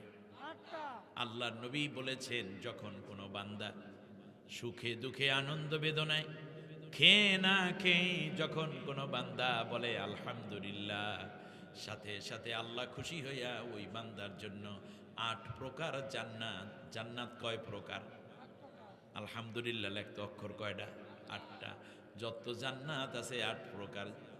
আদন, খুল, নাইম, মাওয়া, দারুসালাম, দারুল করার, দারুল মাকাম, ফেরদাউস, এই 8 প্রকার জান্নাতের সমস্ত দরজাগুলো ওই বান্দা আলহামদুলিল্লাহ বলার সাথে সাথে আল্লাহ তার জন্য খুলে দেয়। বান্দা যেই দরজা দিয়ে ইচ্ছে কিয়ামতের দিন জান্নাতে প্রবেশ করতে পারবে। আমার ভাইরা, কেউ আলহামদুলিল্লাহ পড়তেছে, কোরমা, পোলাও, ফিন্নি, জর্দা, কাবাব, স্বামী কাবাব, ফালুদা, রেজালা, কালিয়া, কোপ্তা, শেষবারে মিষ্টান্ন খায়, এরপরে আঙ্গুর ফল, বেদানা, আপেল, আনারস, এই রকম হাজার রকমের ফল ফলাদি খায়, মিষ্টি খায়। তারপর একটা তোয়ালের মধ্যে হাত মুছে আর বলে আলহামদুলিল্লাহ। আর একজনে দেখবেন পান্তা ভাত, মরিচ পোড়া, একটা ডিমের অর্ধেক ভাজি করা, স্ত্রী সকালবেলা দিয়েছে, খেয়ে একটা সিরা গামছার মধ্যে হাত মুছে আর বলে আলহামদুলিল্লাহ। দুনিয়ার জীবনে কিছু পার্থক্য থাকলেও জান্নাতের জীবনে কোনো পার্থক্য নয়, দুইজনই জান্নাতি। কিন্তু যদি কোনো ধনী মানুষ খাওয়ার পরে হাত মুছে আর কয় খাওয়াটার টেস্ট হইছে দারুণ, ঝালটা আর একটু কম হইলে ভালোই হইতো, হয় কপাল পোড়া। কারণ প্রত্যেকটা খাবারের জবাব আল্লাহ তার কাছ থেকে নিয়ে নেবেন। সুম্মা লাতুসআলুন্না ইয়াওমাইযিন আনিন নাঈম। আল্লাহ তাআলা প্রশংসার না করার কারণে ওর যত নেয়ামত খেয়েছে সব নেয়ামতের হিসাব আল্লাহ নিয়ে ছাড়বেন। আর খাবার শেষে যদি মুখটা মুছত আর হাতটা মুছে যদি বলতে, আল্লাহ এই পৃথিবীতে কত মানুষ আছে যারা এক প্রকার খাবার পায় না, তুমি আমাকে মাছ কেনার তৌফিক দিলা, সবজি কেনার তৌফিক দিলা, গোশত কেনার তৌফিক দিলা, আল্লাহ তাআলা তুমি আমাকে 5 আইটেমের ভর্তা খাওয়ার তৌফিক দিলা, রব্বুল আলামিন তুমি আমাকে খাওয়াইলা। আর কত মানুষ আছে এই খাওয়ানটুকু পায় না, এই জন্য আমি তোমার শুকরিয়া আদায় করি, আলহামদুলিল্লাহ রব্বিল আলামিন। আবার বলে আল্লাহ কত মানুষের খাওয়ন দিলা কিন্তু খাইতে পারে না। ডাক্তারের কাছে যাওয়ার পর বলে আপনার ডায়াবেটিস 18, ভাত খাইবেন 1 কাপ, মিষ্টির চারিপাশেও যাবেন না, প্রতিদিন দৌড়াইবেন 13 কিলো কইরা। এরপরে মুরগির গোশত একটা ছোট্ট পিস খাবেন, গরুর গোশত সপ্তাহে একবার, মিষ্টি খাবেন না, চারপাশেও যাবেন না, সন্ধ্যাবেলায় খাইয়া ঘুমাইয়া পড়বেন, ফজরে উঠবেন, এর মাঝখানে আপনি মোটা কোনো বিছানায় শুইতে পারবেন না, সোজা একটা তক্তার উপরে বিনা বালিশে চিৎপটাং হইয়া শুইয়া থাকা লাগবে। প্রতিদিন 2 বার করে ইনসুলিন নেবেন। বলেন তো দেখি এই রকম বান্দাও দুনিয়ায় আছে না নাই? কিন্তু আল্লাহর শুকরিয়া আদায় করতে হবে। আল্লাহ শুধু খাওয়ন দিলা না, বরং খাবার নেওয়ার মতো যোগ্যতাও তুমি দান করেছো। বাংলাদেশের সবচেয়ে বড় ধনী ছিলেন জহিরুল ইসলাম সাহেব, ঠিক না? আফতাব নগর আফতাব কোম্পানি, বিশাল ধনী মানুষ ছিলেন। তার খাদ্যনালীতে ক্যান্সার, প্রতি সপ্তাহে একবার করে তিনি সিঙ্গাপুর চলে যেতেন। আহারে তার চারপাশে কত খাবার, খাবারের কোনো অভাব নাই, কিন্তু তার জন্য বরাদ্দ ছিল 2 চামচ জাউ। জাউ বুঝেন? ভাত ফিন্নির মতো করে, ফিন্নির মতো করে, ভাতের মারের মতো করে নরম করে, তাও অন্য একটা পাইপ দিয়া, এরপরে তেল ভরার যে চিলুমশি আছে সেইটা দিয়ে আস্তে করে ঢেলে দিত, পাকস্থলিতে গিয়ে পড়ত। 1 সপ্তাহ বসে যতটুকু খাইতেন সেইটা আবার অন্য একটা মেশিন দিয়ে 1 সপ্তাহ পর যাইয়া সিঙ্গাপুর থেকে সিরিঞ্জ দিয়া টাইনা ওইটাকে ফেলে দিয়ে দিত। এরপরে আবার 1 সপ্তাহের একটা পলিথিন দিয়ে দিত পেটের মধ্যে, একটা রাবারের কিছু, ওইটা আবার জমা হতো, শক্তি যোগান দিত অন্যান্য ঔষধ দ্বারা। আমার ভাইরা, এমন একটা জীবন তো আল্লাহ আমাকে দেন নাই, আপনাকে দেন নাই। এই জন্য আওয়াজ করে একবার সবাই পড়ি আলহামদুলিল্লাহ। মাঝে মাঝে হাসপাতালে যাবেন, হাসপাতালে রোগীদের অবস্থা দেখতে যাবেন। পঙ্গু হাসপাতালে গিয়ে দেখবেন কারো হাত নাই, কারো পা নাই, কারো শিরোধারা ভেঙে গেছে, কারো কোমর ভেঙে গেছে, কারো কোমরের হাড্ডিটা ভেঙে গেছে, বাটিটা ভেঙে গেছে, কারো হাড়টা বাঁকা হয়ে পড়ে আছে টান টান হয়ে। 10 কেজি ওজনে ইট তার পায়ের মধ্যে লাগাইয়া ঝুলাইয়া রেখেছে, 5 কেজি ওজনেরটা মাথার উপর দিয়া খাটের ওই পাশে ফালাই রাখছে, হাত পা টান টান করে আছে। শুয়ে থাকতে থাকতে পিঠ পর্যন্ত পচে গেছে, পচন ধরে গেছে, পোকা হয়ে গেছে। আবার মাঝে মাঝে নিউরো সায়েন্স হাসপাতালে যাবেন, গিয়ে দেখবেন কত মানুষ স্ট্রোক করে, মুখ দিয়ে গড়গড় আওয়াজ হচ্ছে, চোখ খুলে তাকায় না। 3 মাস 4 মাস 5 মাস হয়ে গেছে। সন্তানগুলো শুধুমাত্র পাশে বসে কান্না করে, কিন্তু জীবনটা তার বের হয় নাই। ক্যান্সার হাসপাতালে যাবেন, মাঝে মধ্যে গিয়ে দেখবেন কত মানুষ ক্যান্সারে পড়ে আছে। জিহ্বার মধ্যে ক্যান্সার, গলার মধ্যে ক্যান্সার, খাদ্যনালীতে ক্যান্সার, পাকস্থলীতে ক্যান্সার, লাংসের মধ্যে ক্যান্সার, কারো পিত্তথলির মধ্যে ক্যান্সার, কারো ব্রেইনের মধ্যে ক্যান্সার, কারো রক্তের মধ্যে ব্লাড ক্যান্সার, কারো হাড়ের মধ্যে বোন ক্যান্সার। আল্লাহ ক্যান্সার থেকে আমাকে বাঁচাইলেন, আল্লাহ রব্বুল আলামিন স্ট্রোক থেকে আমাকে বাঁচাইলেন, আল্লাহ আমাকে পঙ্গুত্ব বরণ থেকে বাঁচাইয়া দিলেন। সব কিছু থেকে যেই আল্লাহ আমাকে আপনাকে সেভ করে মসজিদে যাওয়ার সুযোগ করে দিলেন, মাহফিলে আসার জন্য ব্যবস্থা করে দিলেন, সুন্দর একটা জীবন দিলেন, সন্তান দিলেন, স্ত্রী দিলেন, ভালো মন্দ বোঝার জন্য যোগ্যতা দিলেন। এখনো পর্যন্ত হাসপাতালে আল্লাহ পাঠায় নাই, কোরআনের ময়দানে পাঠাইয়া দিয়েছেন। ওই আল্লাহর শুকরিয়া আদায়ের জন্য আরেকবার চিৎকার করে বলি আলহামদুলিল্লাহ।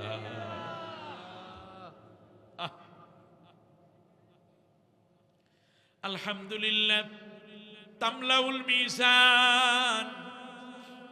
আল্লাহর নবী বলেন, যখন কোন বান্দা আমার নেয়ামত পাইয়া কয় আলহামদুলিল্লাহ,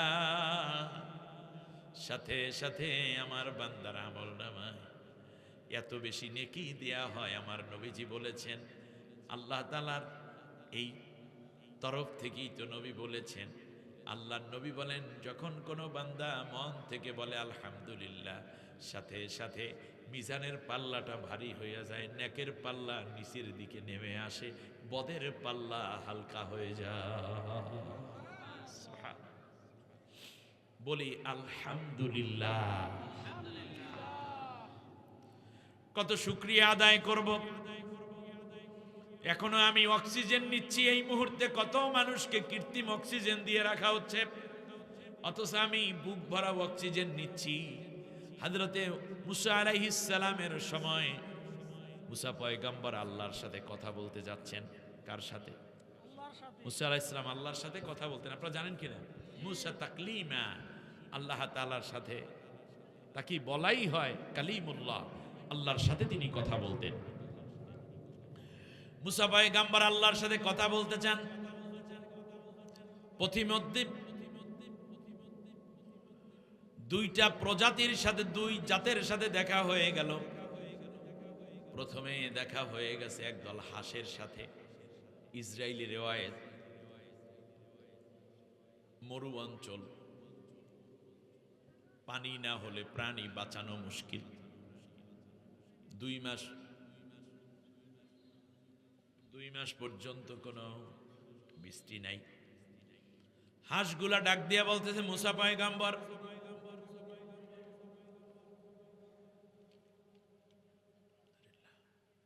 আপনি তো আল্লাহর সাথে কথা বলবেন, একটু জিজ্ঞেস করবেন আল্লাহ কবে পানি দেবে, বৃষ্টি কবে আসবে। বৃষ্টি আসলে পোকামাকড়গুলো বালু এবং মাটির ভেতর থেকে বের হয়ে আসে, আমাদের খাবার হয়। অপরদিকে আমরা ঘাস পাতা খাইয়া বাঁচি, শরীরটা ভালো থাকে, আমরা শুকাইয়া যাচ্ছি। কবে আল্লাহ বৃষ্টি দেবেন একটু জেনে আসবেন, আমরা ধৈর্য ধারণ করব। মুসা পয়গম্বর বললেন, হ্যাঁ বলবো। কিছু দূর যাওয়ার পরে একজন মানুষ উলাঙ্গ, পরনে কাপড়টুকু পর্যন্ত নাই, মরুর মধ্যে বালু সরাইয়া তার মধ্যে আসন করে কোমর পর্যন্ত বালু দিয়ে ঢেকে আছে। 3-4 বেলা পর্যন্ত খাবার নাই, খুব কষ্টে জীবন। মুসা পয়গম্বরকে ডেকে বলল, মুসা গো, ও আল্লাহর নবী, আল্লাহর পয়গম্বর, কবে আল্লাহ তাআলা আমার বিপদ আপদ কাটাইয়া দিয়ে আমাকে স্বাবলম্বী করবে, আল্লাহকে একটু জিজ্ঞেস করো। মুসা আলাইহিস সালাম আল্লাহর সাথে কথা বলে জিজ্ঞেস করেন, আল্লাহ তুমি তো জানো হাঁসের দল আমাকে জিজ্ঞেস করেছে, আবার এই বস্ত্রহীন ব্যক্তি আমাকে জিজ্ঞেস করেছে। আল্লাহ রাব্বুল আলামিন বললেন, মুসা কমপক্ষে আরো 6 মাস পরে বৃষ্টি আসবে, হাঁসের দলকে জানাইয়া দিও। আর যেই ব্যক্তি কাপড় নাই পরনে, গায়ে জামা নাই, বালু দিয়ে ঢেকে তার লজ্জা নিবারণ করেছে, ওই ব্যক্তিকে বইল সে যেন আমি আল্লাহর শুকরিয়া আদায় করে। কি করবে? শুকরিয়া আদায় করবে। প্রথমে দেখা হয়ে গেছে ওই কার সাথে, শেষে যে সে প্রথমে দেখা হবে এখন ফেরার পথে। মুসা পয়গম্বর যাচ্ছেন, পেছন থেকে ডাক দেয় আল্লাহর পয়গম্বর, মুসা একটু দাঁড়াও, আমার কথা কি আল্লাহকে জিজ্ঞেস করেছিলে, আমার দুঃখের কথা কি আল্লাহকে বলছো? মুসা পয়গম্বর বললেন, আল্লাহ রাব্বুল আলামিন বলেছেন তুমি যেন আল্লাহর শুকরিয়া আদায় করো। লোকটা একটু রাগান্বিত হয়ে মন খারাপ করে বলল, পেটে নাই খাবার, পরনে নাই কাপড়, এই অবস্থায় কিসের শুকরিয়া আদায় করব? এ কথা বলার সাথে সাথে বাতাস এসে বালুগুলো উড়াইয়া নিয়ে গেছে। বালুটাও কার? তুমি যেই পেটে ক্ষুধার্ত, ওই পেটটা বানাইয়া দিয়েছেন কে? যেই জবান দিয়া আল্লাহর কাছে নালিশ করতে বললাম, জানতে চাইলা সেই জবানটাও কে দিয়েছে? আমার খাইছো আমার পড়ছো বান্দা, আমার খাইছো আমার পড়ছো, করছো না ফারমানি, আমার হুকুম তারক করছো, ভালো মন্দ জানি।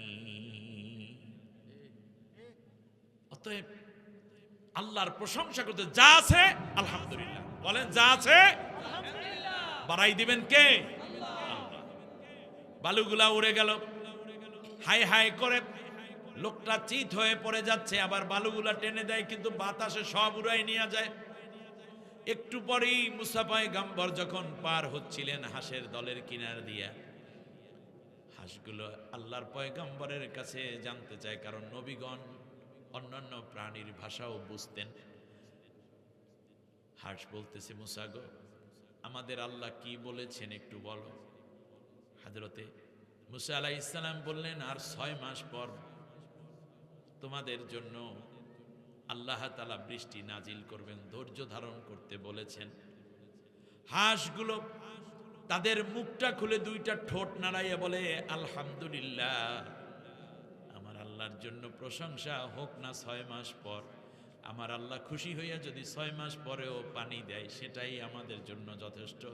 তার কারণ আমরা তো আর পানি পাই না, যদি আল্লাহ না দেন আমরা তো কিছুই পাই না। হযরতে মুসা আলাইহিস সালাম দেখলেন হাঁসগুলো ঠোঁট উঁচু করে আলহামদুলিল্লাহ বলবে, ঠোঁট 2টা একত্র করার আগ মুহূর্তে ঘন কালো মেঘ আকাশে জমা হয়েছে। মুসা পয়গম্বর হাঁসের পাল থেকে কিছু দূর যেতে না যেতে প্রচুর বৃষ্টিতে মরুভূমি ভিজে যাচ্ছে।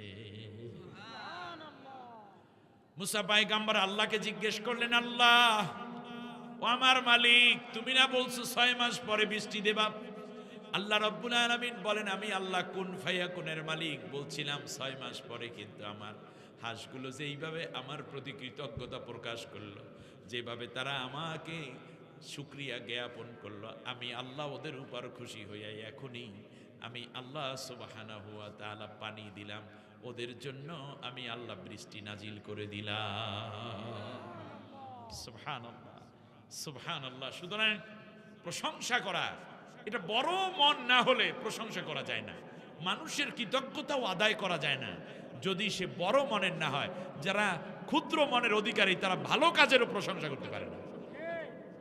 এক লোক আমাদের এলাকার বাস্তব ওয়াজ করি শোনেন, নাম ছিল তার আসগর আলী, বিয়া করছে 3 খান, খায় ভিক্ষা করে।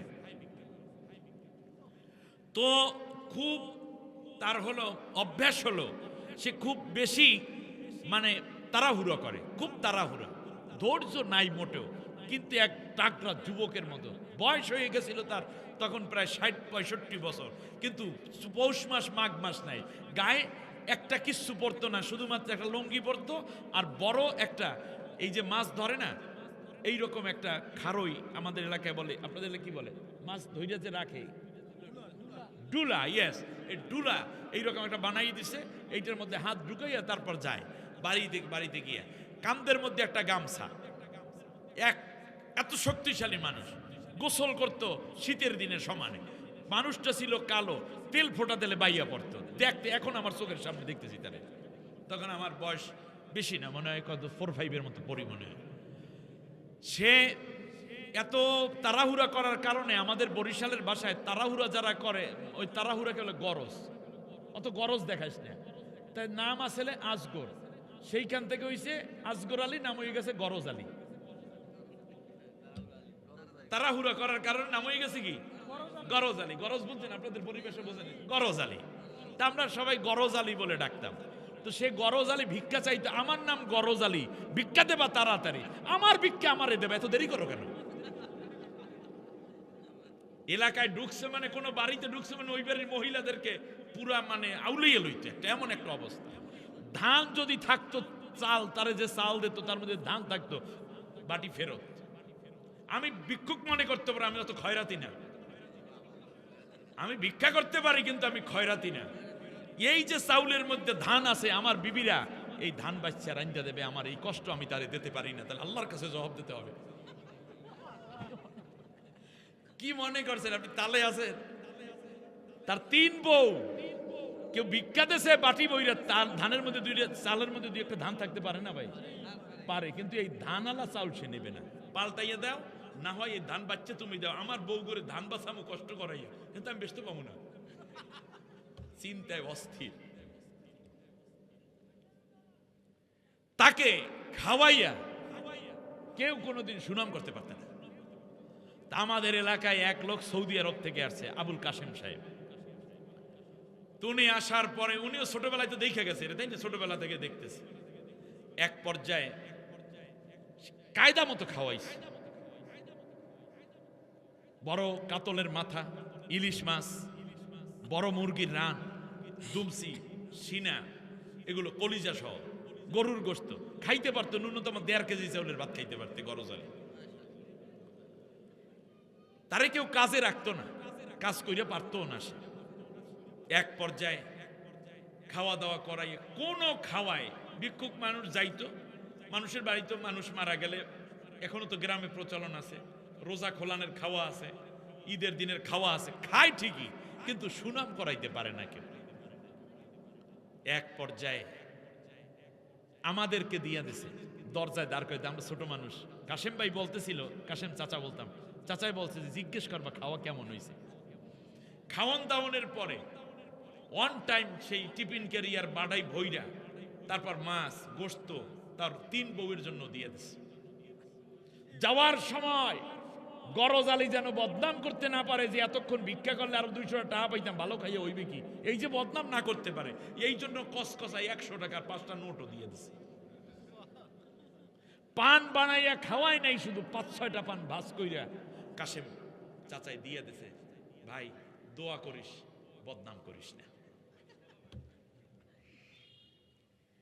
শেষ পর্যন্ত লোকটা যাচ্ছে, আমরা আবার তালবে আলিমরা রাস্তায় দাঁড়ানো, গরজ আলী, হ্যাঁ খাইলে কেমন, কইস না, জীবনে খাই নাই। তারপর ভালো হইছে, যেমন রান্না, বেশি ঝাল দেয় নাই, তোমরা তো জানো আমি জাল খাইতে পারি না, ডাক্তার কইছে জাল কম খাইতে হবে। তারপর এরপরে হাজি সাহেব এই দেখ আতর দিয়ে দিছে, আমার রুমাল দিয়ে দিছে, এরপরে পাঞ্জাবি দিছে, জায়নামাজ দিছে, এই দেখো খাবারও দিয়ে দিছে বিবিদের জন্য, বেশ ভালো, পান দিয়ে দিছে। এরপর এই তোরা টানটন দিস না, দেখ এই দেখ আমার টাকাও দিছে, কোষের মধ্যে থেকে, কোষ বুঝেন, লঙ্গির বাস খুললে 500 টাকাও দেখাইছে, 1 2 3 4 5টা নোট 100 টাকা। তাহলে সব মিলে ঠিক আছে তো, সব ভালো হয়েছে তো, হয় ভালো হয়েছে। তা আমাদের মধ্যে ইমাম নামের এক ছেলে ছিল ওই 3 নম্বরে, আমি জিজ্ঞেসি খুব ভালো হয়েছে, ও মাঝখানে যে জিজ্ঞেস করছে জাহাঙ্গীর, ওই কয় ভালো হয়েছে, আর যখন ইমাম জিজ্ঞেস করছে তখন কয় ভালো হয়েছে কিন্তু এত ভালো ভালো না, এত ভালো ভালো না। আমাদের দেশে কিছু মানুষ আছে এই রকম অবস্থা, ওরা দুর্নীতি করে না, চুরি করে না, নামাজ পড়ে, রোজা রাখে, পর্দা করে, স্ত্রীরে পর্দায় চালায়, জনগণের মাল আত্মসাৎ করে না, দিনের জন্য জীবন দেয়, রক্ত দেয়, ওরা সব কিছু ভালো, কিন্তু এরপরেও বলে কি এত ভালো। এরা সব আসগর আলী গ্রুপের সদস্য।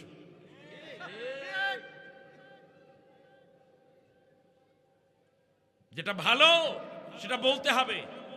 আপনি ভালোকে ভালো বললে আপনাকে ভালো করে দিবেন কে? আল্লাহ। একটু প্রশংসা করেন না। একটা মানুষের সব দোষ থাকে না রে ভাই, অনেক গুণ থাকে। অতএব আমরা দোষটাকে না বলে গুণটাকে বেশি বলার চেষ্টা করব, তাহলে মানুষ গুণান্বিত হওয়ার চেষ্টা করবে।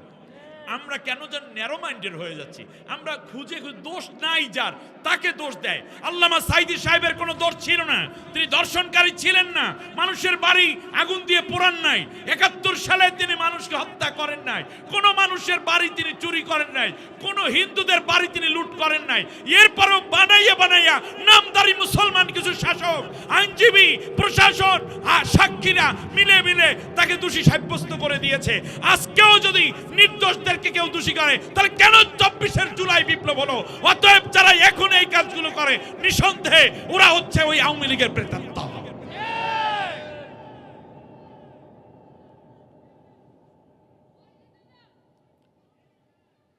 অনেক কাজ এক এক করে আওয়ামী লীগের জালেমদের দিকে ফিরে যাচ্ছে, এরাও তার মধ্যে বর্তমানে শুনতে পাচ্ছি মাহফিলের সিজনে নির্বাচনকে অজুহাত করে মাহফিলগুলো বন্ধ করতে হবে, অথবা প্রস্তাব করা হয়েছে থানার অনুমতি নিয়ে করা লাগবে। এটা তো আওয়ামী লীগের দুঃশাসনের কাজ, ঠিক না বলেন? মাহফিল করার জন্য অনুমতি লাগবে, এটা বাংলাদেশে যদি করা হয় তাহলে মনে রাখতে হবে প্রশাসন, বর্তমান অন্তর্বর্তীকালীন সরকারের নেপথ্যে যারা আছে উলামায়ে কেরাম, আপনি মাহফিল বন্ধ করার ষড়যন্ত্র করবেন না প্লিজ, তাহলে আল্লাহর রহমত উঠে যাবে। ঠিক তার পাশাপাশি যদি এই কাজগুলো করা হয় তাহলে মনে রাখবেন আলেমদের জন্য মসজিদের খুতবা আছে, বিভিন্ন জায়গা আছে, তাহলে যেই কথাগুলো আলেমগণ বলতেন জাতির জন্য, কল্যাণের জন্য, মানুষের ইমানের জন্য, তাহজিব তামাদ্দুনের জন্য, এটা যদি বন্ধের কোনো ব্যবস্থা যদি উদ্যোগ গ্রহণ করা হয় তাহলে বাংলাদেশের ওলামায়ে কেরাম যদি উল্টাপাল্টা যদি তাদের বিরুদ্ধে ফতোয়া দেওয়া শুরু করে, বলা শুরু করে, সেই জন্য কর্তৃপক্ষ দায়ী থাকবে না। আলেমদের মুখ বন্ধ করতে যায়েন না, কারণ আলেমগণ সবাইকে ভালোবাসেন। আলেমগণ আছে বলেই মানুষ এতটুকুন ভালো আছে, এতটুকুন ভালো থাকার নেপথ্যে কাজ করছে পীর বা শায়েখ, তাবলীগ, উলামা, বক্তা এবং মসজিদের খতিব সাহেবান, ঠিক না বলেন? আমাদের দেশে যেই ছেলেটি মদ খায় না, উনি কি সরকারের ভয়ে খায় না, পুলিশের ভয়ে খায় না, নাকি আল্লাহর ভয়ে খায় না? আল্লাহর ভয়টা তারে শিখিয়েছে কে? আলেম ওলামা। আশা করি এইরকম ভুল আমাদের অন্তর্বর্তীকালীন সরকার করবেন না ইনশাআল্লাহ। আলহামদুলিল্লাহ বলেন, আলহামদুলিল্লাহি রাব্বিল আলামিন। রব কাকে বলে? আলম শব্দ এক বচন। আলম, পৃথিবীটা একটা আলম, সূর্য একটা আলম, চন্দ্র একটা আলম, পৃথিবী, মঙ্গল, বৃহস্পতি, শনি, ইউরেনাস, নেপচুন, প্লুটো, বুধ, শুক্র, ভালকান, এগুলো একটা আলম। শুধু তাই না, আসমান একটা আলম, জান্নাত একটা আলম, জাহান্নাম একটা আলম। সব আলমকে এক জায়গায় করলে যা হয় বহু বচন হইল আলামিন। আমার ভাইয়েরা খেয়াল করুন, বিশ্বনবী সাল্লাল্লাহু আলাইহি ওয়াসাল্লাম মেরাজের রাতে সিদরাতুল মুনতাহায় যখন গেলেন তখন তিনি দেখতে পেলেন লক্ষ লক্ষ নয়, crore crore, million billion trillion উট যাচ্ছে, প্রত্যেকের পিঠের মধ্যে একটা করে বাক্স। জিবরিল আলাইহিস সালামকে জিজ্ঞেস করলেন, জিবরাইল বলো দেখি এইগুলো কি? বলল যে ইয়া রাসূলুল্লাহ, এই উটগুলো যাচ্ছে। বলে কোত্থেকে শুরু হয়েছে? বলে কোথার থেকে শুরু আর কোথায় যায় আমি জানি না, আমি শুধু আল্লাহকে একদিন জিজ্ঞেস করেছিলাম, আল্লাহ এই উটগুলো কি? বললো এক একটা জগৎ এক একটা উটের পিঠে বহন করে উটগুলো যাচ্ছে। এই জগৎ মানে পৃথিবী বহন করছে না, পৃথিবীর মানচিত্রটা বহন করছে হয়তো, অথবা পৃথিবীর মেমোরিটা সে বহন করে যাচ্ছে। আল্লাহর নবী জিজ্ঞেস করেন এটা কতগুলো হবে? বললো ইয়া রাসূলুল্লাহ, আল্লাহ রাব্বুল আলামিন আমাকে 500টা ডানা দিয়েছেন। কত? 500 ডানা দিয়েছেন। আমি 2টা ডানায় যদি ভর করি মাশরিক থেকে মাগরিব পর্যন্ত, পৃথিবীর সূর্য উদয় স্থল থেকে অস্ত স্থল পর্যন্ত যেতে চোখের পলকে চলে যায়। আমি একবার 500টা ডানায় পুরা ভর দিয়েছিলাম এর মাথা এবং শুরুটা দেখার জন্য। আমি ওখানে গিয়েও দেখেছি এখনো পর্যন্ত কত বাকি আছে তার শেষ নাই। আমি যতই পাখা ঝাপটাই মনে হচ্ছে তার চেয়েও আরো বেশি বেড়ে যাচ্ছে লাইন। আমি শুরু থেকে নিয়ে দেখতেছি এই রকম পৃথিবীটার এই রকম জগৎ বহন করতেছে। প্রাণী জগৎ আছে, সৌর জগৎ আছে, আছে এর মধ্যে বৃক্ষ জগৎ আছে, পানি সম্পদ জগৎ আছে, কীটপতঙ্গ জগৎ আছে। আল্লাহ রব্বুল আলামিনের প্রশংসা করি যখন, তখন আমরা পুরোপুরি বলি আলহামদুলিল্লাহ রব্বিল। যত জগৎ আছে সব জগতের স্রষ্টা কে? আল্লাহ রব্বুল আলামিন। ঠিক এই কোরআনকে নাজিল করে বললেন, ও আমার বান্দা বান্দিরা, তোমরা এই কোরআনটা যখন পড়বে তখন শুধুমাত্র দুনিয়া সম্বন্ধে তোমাদের জ্ঞান হবে না, বরং সমস্ত জগৎ সম্বন্ধে তোমরা জানতে পারবে। ইন্নুহু ইল্লা যিকরুল লিল আলামিন। সুবহানাল্লাহ। এটা সমগ্র জগৎকে জানার জন্য, সেটা সৌর জগৎ হোক, নিরীজগৎ হোক, ভূতত্ত্ব হোক, সেটা তোমার জীবন জগৎ হোক, প্রাণী জগৎ হোক, সেটা জুলজি হোক, বায়োলজি হোক, বোটানি হোক, ভূগোল হোক, যা আছে সব যদি জানতে চাও তাহলে এই কোরআনের মধ্যে আমি আল্লাহ রব্বুল আলামিন তোমার সব জগৎ সম্বন্ধে জ্ঞান দিয়ে ভরপুর করে দিয়েছি। আল্লাহ রব্বুল আলামিন এবার আবার বললেন, নবী তোমাকে আমি আল্লাহ প্রেরণ করেছি এমন একজন সত্তা হিসাবে। ওয়ামা আরসালনাকা ইল্লা রাহমাতাল লিল আলামিন। নবী হে, আমি তোমাকে পাঠিয়েছি, আমি যত জগৎ তৈরি করেছি সেই জগৎ এর জ্ঞান দিয়ে আমি আল্লাহ কোরআন পাঠিয়েছি। আর যত জগৎ আছে সব জগতের জন্য তুমি হচ্ছে রহমত। তাহলে রব্বুল আলামিন, যিকরুল আলামিন, রহমাতুল্লিল আলামিন। রব, রব কারে কয়? রব শব্দের 7টা অর্থ। কয়টা? রব শব্দের অর্থ লালন পালনকারী, রব শব্দের অর্থ হুকুমদাতা, রব শব্দের অর্থ বিধানদাতা, রব শব্দের অর্থ আইনদাতা, রব শব্দের অর্থ চাওয়ার আগে যার কাছে পাওয়া যায়। আত-তারবিবুন মাজদার থেকে যখন আসবে, আমার দরকার আমার মাও বোঝে নাই, বাবাও বোঝে নাই, পৃথিবীর কোনো ডাক্তার কোনো সরকার বোঝে নাই, আমার কি প্রয়োজন যিনি বুঝে আগেই আমাকে দিয়ে দেন, তার নাম হইল রব। সুবহানাল্লাহ। তার নাম কি? রব। আল্লাহ রব্বুল আলামিনের জন্য আমরা যখন রুহের জগতে ছিলাম তখন আল্লাহ রব্বুল আলামিন আমাদেরকে প্রশ্ন করেছেন, আলাস্তু বিরব্বিকুম, আলাস্তু বিরব্বিকুম, আমি কি তোমাদের মহান রব? আল্লাহ আলাস্তু বি আল্লাহিকুম এটাও বলেন নাই, আলাস্তু বি খালিকিকুম এটাও বলেন নাই। আল্লাহ জি আলাস্তু বি রব্বিকুম, আমি কি তোমাদের রব? আমি কি তোমাদের মহান রব নই? কলু বালা, তখন আমরা বলছিলাম কি, অবশ্যই আল্লাহ তুমি আমাদের রব।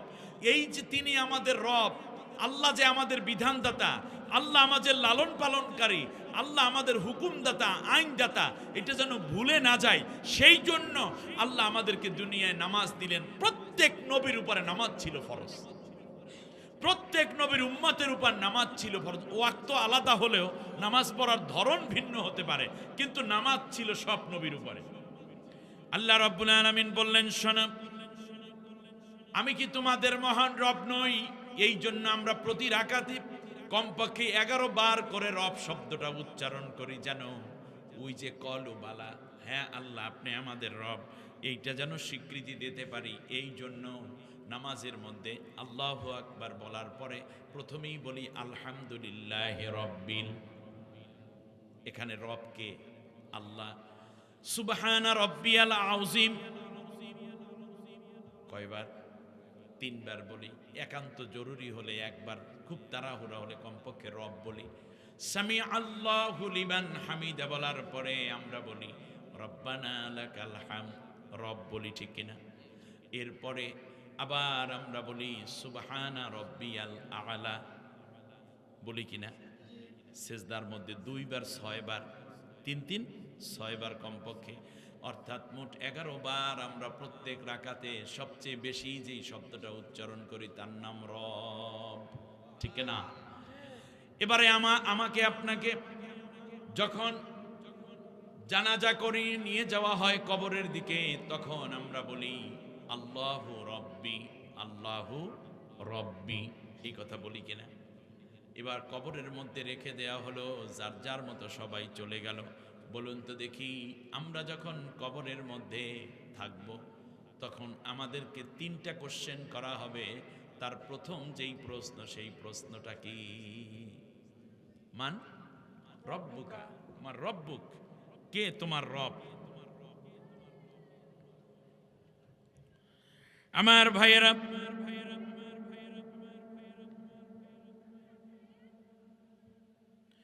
খেয়াল করুন, আল্লাহ রাব্বুল আলামিন যেই কথাটা সুন্দর করে বললেন, তাহলে দুনিয়ায় আসার আগে রব, নামাজের মধ্যে রব, কবরে নেওয়ার সময় রব, কবরের প্রথম প্রশ্ন কি? রব। এবার খেয়াল করুন, পৃথিবীর সবচেয়ে বড় স্বৈর শাসক কে? অনেকে বলবেন হাসিনা। এটা তো লেডিটা, জেন্টস যেটা ছিল সেইটার নাম কি? ফেরাউন। ফেরাউন ফেরাউন কি করলো জানেন? সে যখন সর্বময় ক্ষমতার অধিকারী হয়ে গেল, সে যখন মনে করলো এখন পৃথিবীতে আমি সর্বে সর্বা, আমার উপরে আর কেউ নাই, নাউজুবিল্লাহ, আমার উপরে আর কেউ নাই। সাথে সাথে হযরতে মুসা আলাইহিস সালামকে আল্লাহ রাব্বুল আলামিন বললেন, যাও ইযহাব ইলা ফিরআউনা ইন্নাহু তাগা ওয়া ক্বালা ফিরআউনু আনা রাব্বুকুমুল আ'লা। আল্লাহু আকবার। আমি মুসাকে বললাম তুমি চলে যাও ফেরাউনের কাছে, কারণ সে সীমা লঙ্ঘনকারী হয়ে গেছে। সে নিজে নিজে আইন বানাইয়া জনগণের উপর চাপাইয়া দিতে মানতে বাধ্য করে, আর তার আইন যে মানে না তার উপরেই সে পীড়ন করে। সুতরাং যাও, সেখানে তুমি তার বিরুদ্ধে লড়াই করতে চলে যাও। সাথে সাথে মুসা আলাইহিস সালামকে আল্লাহ তাআলা বললেন, ফেরাউন তাগুতি দাবি হলো, তাগুত হয়েছে এই কারণে সে নিজে নিজে রব দাবি করেছে। কি দাবি করেছে? আনা রব্বুকুমুল আ'লা। মুসা আলাইহিস সালাম যখন চলে গেলেন ফেরাউনের কাছে, আল্লাহু আকবার কয় না? মুসা আলাইহিস সালাম যাচ্ছেন, যাওয়ার সময় বললেন, আল্লাহ আমার তো একটু ভয় করে, তুমি আমার রব্বি জিদনি ইলমা, আল্লাহ তুমি আমার জ্ঞান বাড়াইয়া দাও। কি বাড়াবে? কারণ তাগুতের মোকাবেলায় দরকার কি? আরো জোরে বলেন, কি দরকার? জ্ঞান মানে মেধা দরকার। তাগুত যারা, তাদেরকে অস্ত্র দিয়ে আপনি মোকাবেলা করতে পারবেন না, তাদের বিরুদ্ধে মিছিল করে আপনি তাদের মোকাবেলা করতে পারবেন না।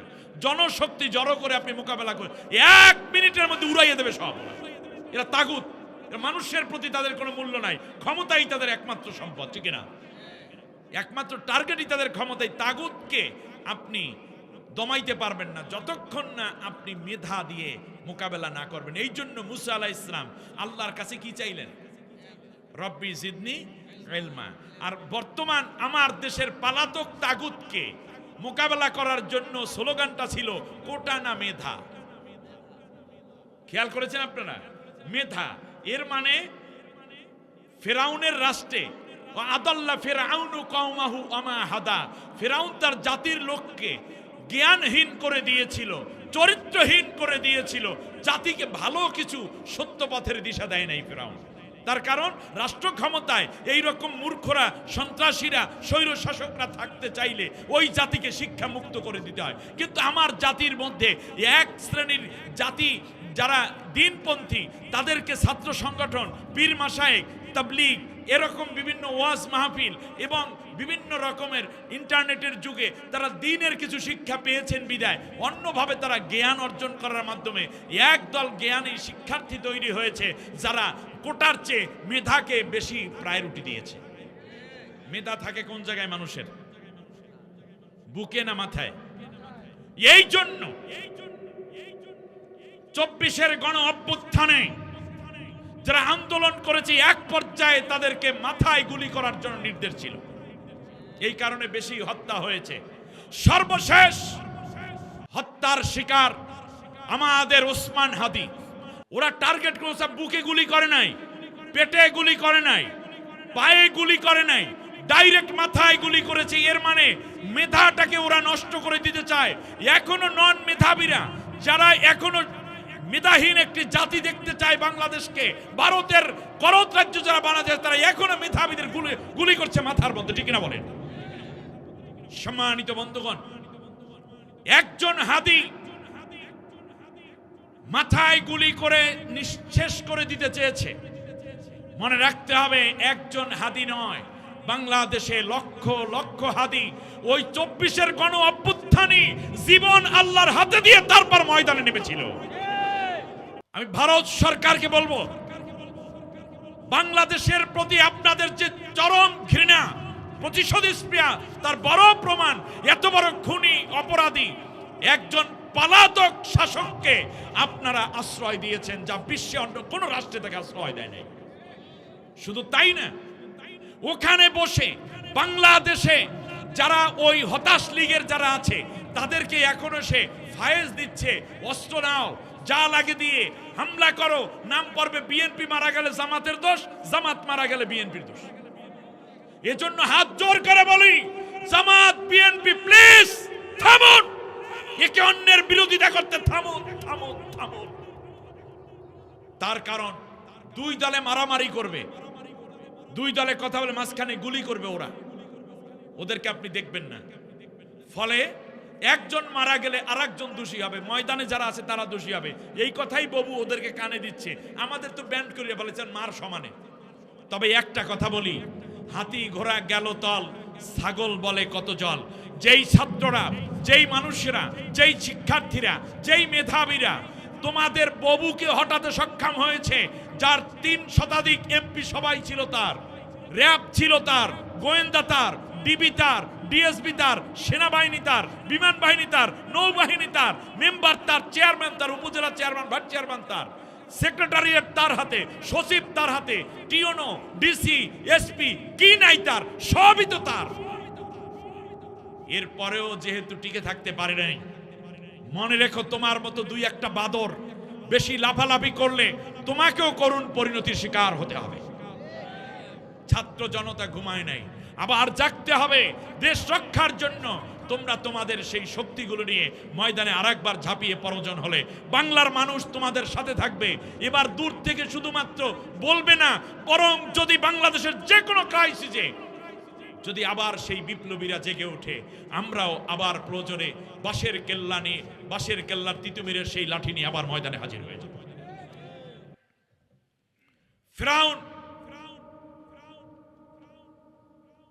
যখন বলল আনা রব্বুকুমুল আলা, আমি সবচেয়ে বড় রব, আল্লাহ তাআলার কাছে বললেন রব্বি জিদনি ইলমা, সুবহানাল্লাহ। তাহলে রবের বিরুদ্ধে যারা, তারাই তাগুত। আল্লাহ তাআলা বললেন দিলাম জ্ঞান বাড়াইয়া, সুবহানাল্লাহ। তাহলে তাগুতের মোকাবেলা করতে হয় কি দিয়ে? জোরে বলেন কি দিয়ে? জ্ঞান দিয়ে। আমাদের এই নব্য তাগুতের সাথে পারে নাই কেন? তার কারণ হলো, আমি একটা নাম নিয়ে বলি, জামাত ইসলামী যারা করেন তারা বেশিরভাগ হইল প্রবীণ নেতারা, ঠিক না? মুরব্বীরা, নীতি নির্ধারণীতে। বিএনপিতে যারা আছে তারাও ওই মুরব্বীরা, এই যে মির্জা ফখরুল ইসলাম আলমগীর সহ যা বলেন। এখন ওনারা এই মুরব্বীদের সাথে পাইরা ওঠে না, মুরব্বী মুরব্বী খেলা হচ্ছে। এরা কি যে করে, এর হাতে হাতে রাষ্ট্র ক্ষমতা, এর পাশে আছে ভারত, এর পাশে আছে মোসাদ, ইসরায়েল, এর পাশে আছে অমুক রাষ্ট্র তমুক রাষ্ট্র। রাষ্ট্র ক্ষমতা থাকার কারণে এই মুরব্বীরা যে আন্দোলনের ডাক দেয় এগুলো ওরা খাইয়া ফেলায়, 16 বছর পর্যন্ত খাইছে। কিন্তু পরবর্তী নতুন প্রজন্ম এসে তারা দেখতে পেল যে এইভাবে হবে না, নতুন একটা জোয়ার সৃষ্টি করতে হবে, যেটা হবে জ্ঞানের মাইর। আপনি দেখেন না এখন থেকে কয় কি জানো যে হরতাল, এরপর বলে অবরোধ, ওরা নামগুলাই আলাদা করে দিয়েছে। ওরা বলে লকডাউন, ওরা বলে কমপ্লিট শাটডাউন। খেয়াল করেছেন চিন্তার জগৎটা? 6 তারিখের প্রোগ্রাম 5 তারিখ আইনে ফেলাইছে। 6 তারিখ গেলে আমার দেশের 1 লক্ষাধিক ছাত্রকে হত্যা করা হতো। 6 তারিখের 5 তারিখ লং মার্চের জন্য 6 তারিখ না 5 তারিখ বানাই, তখনই মাথা নষ্ট হয়ে গেছে। যাই হোক, এই জ্ঞান দিয়ে লড়াই করতে হয়। একটু সামনে গিয়েই আল্লাহ তাআলার কাছে বলেন, আল্লাহ রব্বিশরাহ লি সদরি ওয়া ইয়াসসির লি আমরি। এত বড় স্বৈর শাসক যে রব দাবি করে পড়ছে, তার বিরুদ্ধে লড়াই করব, আল্লাহ বুকটা বড় সাহস দাও। আপনারা কি মনে করেন হাদিদের সাহস আছে না নাই? হাসনাতদের সাহস আছে না নাই? এই আপনাদের কুমিল্লার ছেলে হাসনাত, সারজিজ, আবু সাইদ, মুগ্ধ, মনে রাখতে হবে এদের কলিজাটা ভরা ছিল সাহস। সাহসের পাহাড় তারা, তাদেরকে কাবু করা যাবে না। ওরাই বাংলাদেশ। শেষ পর্যন্ত মুসা আলাইহিস সালাম বলেন, আল্লাহ রব্বিশরাহ লি সদরি ওয়া ইয়াসসির লি আমরি, আল্লাহ আমার কাজ সহজ কর, আমার বুকটা বড় সাহস দাও। আর নবীকে আল্লাহ বলছেন আলাম নাশরাহ লাকা সাদরাক। মুসা আলাইহিস সালাম তো সাহস চাই এনেছে, আর আমার নবীকে আল্লাহ বলছেন চাওয়ার আগেই কি আমি তোমার বুকে অনেক সাহস দিয়ে দেই নেই? সুবহানাল্লাহ। তাফসীর বুঝতে হলে এভাবে আরো সময় নিতে হবে। এরপরে আল্লাহ রাব্বুল আলামিন বললেন, আল্লাহ তাআলাকে বলেন, আল্লাহ এখনো তো ভয় করে, সাহস আছে কিন্তু কি লাগে, এখনো ভয় লাগে। আল্লাহ রাব্বুল আলামিন বললেন, ওমা তিলকা বিয়ামিনিকা ইয়া মুসা, ও মুসা তোমার হাতের মধ্যে ওইটা কি? ক্বালা আসাই, আল্লাহ তাআলা এইটা একটা লাঠি। আতাওয়াক্কাউ আলাইহা ওয়া আহুশু বিহা আলা গনামি ওয়া লিয়া ফিহা মাআরিবু উখরা। আল্লাহ এটা একটা লাঠি, এটাই আমি ভর দিয়ে চলি, কখনো গাছের পাতা ছিঁড়ে ছিঁড়ে পেড়ে পেড়ে আমি আমার দুম্বা বকরিরে খাওয়াই, আরো কত কাজ করি। সুবহানাল্লাহ। আল্লাহ রাব্বুল আলামিন বললেন, আলকিহা ইয়া মুসা, মুসা তুমি লাঠিটা হাত থেকে ফেলে দাও। মুসা কি আর ধরে রাখবে নাকি? ফেলে দেবে। ফেলে দিলেন। কার হুকুমে? আল্লাহর হুকুমে ফেলে দিলেন। ফেলে দেওয়ার পরে হায়াতুন তাসা, এটা একটা অজগর সাপ, বিশাল সাপে পরিণত হয়ে গেল। মুসা আলাইহিস সালাম এবার ভয়ে দৌড়ায় পিছনের দিকে। আল্লাহ রাব্বুল আলামিন ডাক দিয়া বললেন, লা তাখাফ, ও মুসা ভয় পেও না, খুযহা লা তাখাফ, এটাকে ধরে ফেলো, ভয় পেও না। সানুঈদুহা সিরাতাহাল উলা, আমি আল্লাহ রাব্বুল আলামিন লাঠিটাকে আগের মতোই বানাইয়া দেব। সাপটাকে আবার কি বানাই দেব? এখন খেয়াল করুন, আল্লাহ বললেন ছেড়ে দাও, মুসা ছেড়ে দিলেন। আবার বললেন ধরো, যত বড়ই শক্তিশালী হোক না কেন তুমি একবার ধরো, দেখবা সব পালাইছে। ঠিক কিনা বলেন? মুসা আলাইহিস সালাম, আল্লাহ বলছেন ধরো, ধরতে বলছে আগে নাকি ভয় করো না বলছেন আগে? ধরতে বলছেন, রাইট। আগে যারা আন্দোলন করছে ভালো করে বুঝেন, আগে যারা আন্দোলন করেছিলেন, ধারাবাহিকভাবে কষ্ট করে জীবন দিয়েছেন যারা, কিংবা জেলে গেছে নির্যাতন সয়েছেন যারা, তারা আগে ভয় পাইছে, তারপর ধরতে চাইছে। আর এই জেনজিরা আগে ধরছে, তারপর ভয় পাইবে না পাইবে চিন্তা করছে পরে। ঠিক কিনা বলেন? ধরবে আগে, ধরছি তো ধরছি, সাথে সাথে আল্লাহ তাআলা বলেন খুযহা, ধরো আগে, লা তাখাফ, ভয় পাইও না, আগে ধরো। এটাই বীরত্বের প্রমাণ, এটাই বীরত্বের প্রমাণ, বিপ্লবের প্রমাণ। আগে ধরো, ও তোমার মতোই মানুষ, করবে কি তোমাকে? আল্লাহু আকবার। লাঠিটাকে আগে ধরো, ভয় পাইও না মুসা, ভয় পাইও না আগে কয় নাই, আগে সাহস দেয় নাই, আগে কইছে ধর, এরপর কইছে ভয় পাইছে না। আল্লাহ কয় ভয় পাই না, আমার আর ভয় কই কি লাভ, ধরছে লাঠি, আল্লাহ কয় আগের মতো লাঠি বানাই দিলাম। আর একটু সামনে যায়, সামনে যায়, আল্লাহর কাছে ডাক দিয়া কয় আখি হারুনা হুয়া আফসাহু মিন্নি লিসানা, ও আল্লাহ গো, আমি একা একা যাব, আমার ভয় করে। তুমি সাহস দিলা, সাহস আসছে, সব ঠিক আছে, কিন্তু সাথে একজন মানুষ হইলে ভালো হয়। সুবহানাল্লাহ। রেদন আইয়ুসাদ্দিকুনি, সে আমাকে সাহায্য করবে এবং আমার কাজের সত্যায়ন করবে। আমার ভাইটা বক্তা ভালো, সুবহানাল্লাহ।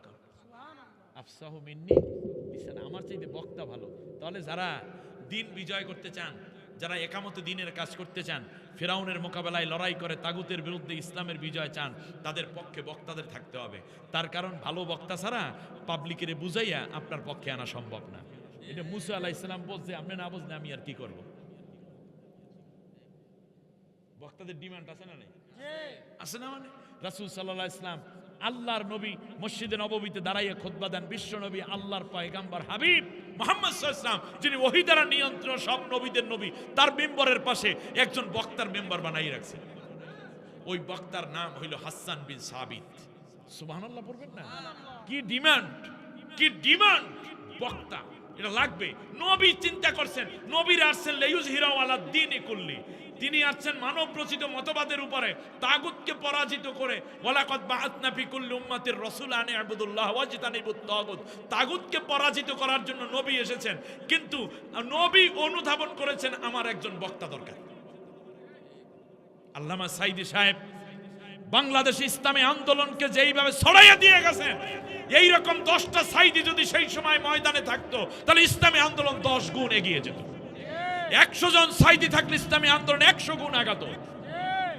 বক্তার ডিমান্ড বিশাল। মুসা আলাইহিস সালাম বললেন, আল্লাহ আমার একটা বক্তা লাগবে, আমার ভাই তো ভালো বক্তা। আল্লাহ রাব্বুল আলামিন বললেন, শোনো মুসা, বক্তা শুধু তোমার সাথে যাবে, ভালো খাওয়া পাইবে, হাদিয়া পাইবে, আর তোমার গুণগান গাইবে, তোমার কথা বলবে, এতে হবে না, বরং তার ডেজিগনেশন আমি আল্লাহ দিয়া দিলাম। তাহলে বোঝা যায় বক্তা হইলেই শুধু হবে না, বরং একটা ডেজিগনেশন তাকে, পদ পদবি দিয়ে নিতে হবে বক্তাকে। কথা বলেন না? বক্তা দাওয়াত দিছি, আমার পক্ষে কইয়েন, টাকা দিব 50,000, খাওন দিব ভালা, এতে হবে না। কৃতজ্ঞ থাকবো সারা জীবন, এতে হবে না, বরং তার একটা পদ পদবি দিয়া দিতে হবে। আল্লাহ রাব্বুল আলামিন বললেন, ও মুসা, তুমি তো রাসূল, তোমার ভাইকে আমি সাথে দেব, শুধুমাত্র ভাই হিসাবে এবং বক্তা হিসাবে না। এখন থেকে আমি তোমার ভাই বক্তা হারুনকে নবুয়তি দান করে দিলাম। বুঝতে পেরেছেন? আশা করি ইসলামী আন্দোলনের নেতৃবৃন্দ বুঝবেন। বক্তাকে শুধুমাত্র বক্তা হিসাবে নেবেন না, একটি সাংগঠনিক মর্যাদা দিতে হবে, একটি পদ পদবি দিতে হবে, তাহলে সে দায়িত্বশীলতার সাথে আরো সুন্দর করে কথা বলে আপনাকে বিজয়ের দিকে নিয়ে যেতে পারবে। মুসা আলাইহিস সালাম আর একটু সামনে যান। সামনে যেতে যেতে আল্লাহরে ডাক দিয়া কয়, রব্বুল আলামিন, ভাই পাইলাম, সাহস পাইলাম, লাঠি পাইলাম, বগলের নিচে হাত দিলে আলো বের হয় তাও পাইলাম।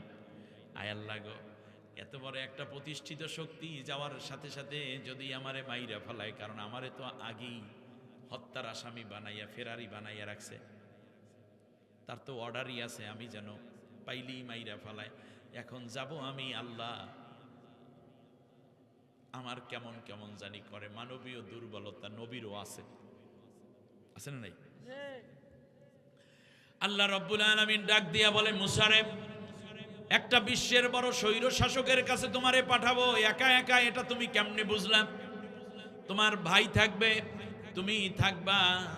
ইন্নী আরাকুমা ওয়া আসমা। ও মুসা রে, মনে রাখো, তোমাদের দুইজনকে পাঠাইয়া আমি আল্লাহ আমার চোখ তোমাদের দিকে ফিরাইয়া নেব না, বরং আমি আল্লাহ তোমাদের দুইজনের দিকে তাকাইয়া থাকবো। আর তুমি কি বলো আর ফেরাউন কি বলে, সব কিছু আমি শুনতে থাকবো। যদি তোমার কোনো অসুবিধা হয়, আমি আল্লাহ তখন সুবিধা করার ব্যবস্থা করে দেব। সুবহানাল্লাহ। এই স্বৈর শাসক শেষ হয়েছে কি হয় নাই?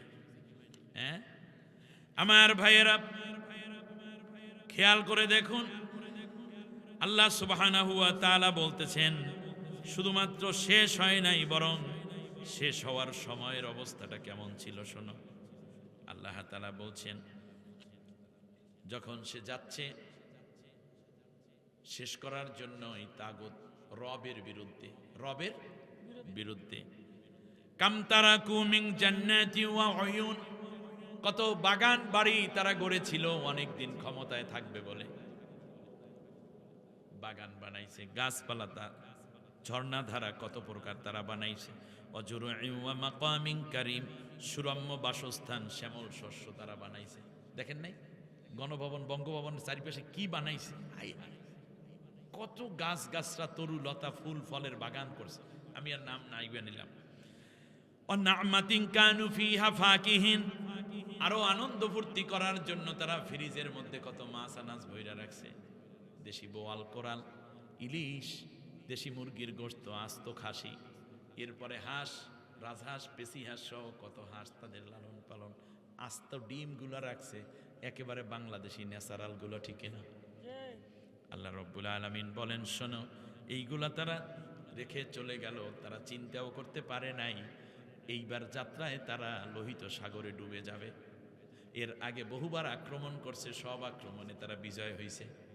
তারা মনে করেছিল এইবারেও তারা বিজয় হবে, এই জন্য যাওয়ার সময় ঝর্ণা ছাইরা গেছে, বাতি জ্বালাইয়া গেছে। যেমন করে আমাদের দেশে লেডি ফেরাউনও যাওয়ার সময় তার আগে সুন্দর করে মোরগ পোলাও রান্না করে থইছে, বিজয় হবে, সোনার ছেলেরা আসবে আর খাবে। এই দিকে হাজার হাজার ছাত্রের লাশ গুম হয়ে যাবে, পুড়ে ফেলবে শাপলা চত্বরের মতো, কিংবা 28শে অক্টোবর, কিংবা ওই যে পিলখানা হত্যার মতো করে এই কাজ করবে। সেই জন্য তারা সুন্দর মোরগ পোলাও সহ হাজার রকমের রান্না বান্না করছে। পুলিশের প্রমোশন দেবে, অমুক সেনার প্রমোশন দেবে, কিন্তু মাঝখান থেকে তারা শেষ হয়ে যাবে, এটা চিন্তাও করতে পারে নাই, ঠিক না? আল্লাহ রাব্বুল আলামিন বলেন, শোনো, ফিরাউন মনে করেছিল এই যাত্রায়ও তারা বেঁচে যাবে। যখন তারা চলে গেল সাগরের কাছে, সাগরের কাছে যাওয়ার পরে তারা বলা শুরু করলো, দেখতে পাও কি তোমরা, দেখতে পেয়েছো কি তোমরা, ইয়া কওমি আলাইসা লি মুলকু মিসর ওয়া হাদিহিল আনহারু তাজরি মিন তাহতি আফালা তুবসিরুন। দিয়ে দেখতেছে কি সুন্দর, কি সুন্দর টানেলের মতো তৈরি করা, দুই পাশে পানি উঁচু হয়ে ওই দিকে যায়, মাঝখানে শুকনো রাস্তা, যেই রাস্তা দিয়ে আল্লাহ তাআলা মুসা এবং বনি ইসরায়েলকে পার করে নিয়েছেন। সুবহানাল্লাহ। وَإِذْ فَرَقْنَا بِكُمُ الْبَحْرَ فَأَنْجَيْنَاكُمْ وَأَغْرَقْنَا آلَ فِرْعَوْنَ وَأَنْتُمْ تَنْظُرُونَ। সুবহানাল্লাহ। আমি নদীকে দ্বিখণ্ডিত করে তোমাদের জন্য রাস্তা দিয়ে পার করে নিলাম, আর ফেরাউনের 14 গোষ্ঠী মারলাম, যা তোমরা দেখতেছিলা। সুবহানাল্লাহ। এবার খেয়াল করুন, হযরতে মুসা আলাইহিস সালাম ওপারে উঠে গেছেন, দেখতেছেন পেছনের দিকে ফেরাউনরা তাড়া করেছে।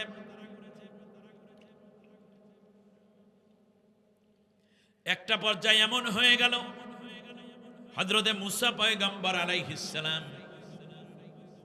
যখন ওপারে চলে গেলেন 3 লক্ষাধিক সাথী নিয়ে, 2 লাখের উপরে সৈন্য, হাতি, ঘোড়া সব পানির নিচে সলিল সমাধি হয়ে 350 হাত গভীর নিচে পানি অ্যাক্ট হয়ে গেছে, কার হুকুমে? কিন্তু এই দুশ্মন বলতেছে, আল্লাহর দুশ্মন, ইয়া কওমি আলাইসা লি মুলকি মিসর আমি কি মিশরের প্রেসিডেন্ট না? দেখো, ওয়াহাদিহিল আনহারু তাজরি মিন তাহতি আফালা তুবসিরুন, দেখো মাঝখান থেকে যে সুন্দর রাস্তা তৈরি হয়েছে, এইটা কিন্তু আমারই কুদরত, আমারই বানানো এবং আমার ক্ষমতার কারণে এইটা হয়েছে। ফসল দেন আল্লাহ, বলে না যে এটা আসছে আমাদের সরকারের কারণে। হায়াত বাড়াইয়ে থুয়ে গেছে, মনে পড়ে আপনাদের? কিন্তু নিজের হায়াত যে শেষ, সেই খবরটা নাই। আহা, আল্লাহ রাব্বুল আলামিন বলেন, ফেরাউন যেই দিন মরে গেল, খবর যখন মিশরে ছড়িয়ে পড়ল, তাম দুনিয়ায় যখন ছড়িয়ে পড়ল, ফামা বাকাত আলাইহিমুস সামাউ ওয়াল আরদু ওয়া মা কানু মুনজারিন। দেশের মধ্যে কেউ কান্দে নাই, আসমানেও কেউ কান্দে নাই, জমিনেও কেউ কান্না করে নাই। কার মরার দিন? ফেরাউনের মরার দিন। এমনকি কান্না করার কোনো পরিবেশও ছিল না। কুমিল্লার বাইরে কি কানছিলেন? ভাবছিলাম তার বুনটাই মনে হয় কানবে, বুইনেও কান্না করেন। ভাবছি পরের দিন মনে হয় ছেলে মেয়ে 2টা কানবে, একটু শুনবো, আনে আহারে আমার বাইরে কেমনে বাইর করে দিল দেশ থেকে।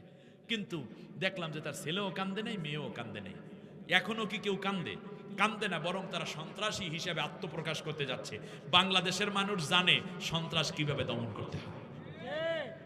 এবার খেয়াল করুন, আল্লাহ তাআলা বলেন কেউ তো কান্না করে নাই, কিন্তু কি করেছে শোনো।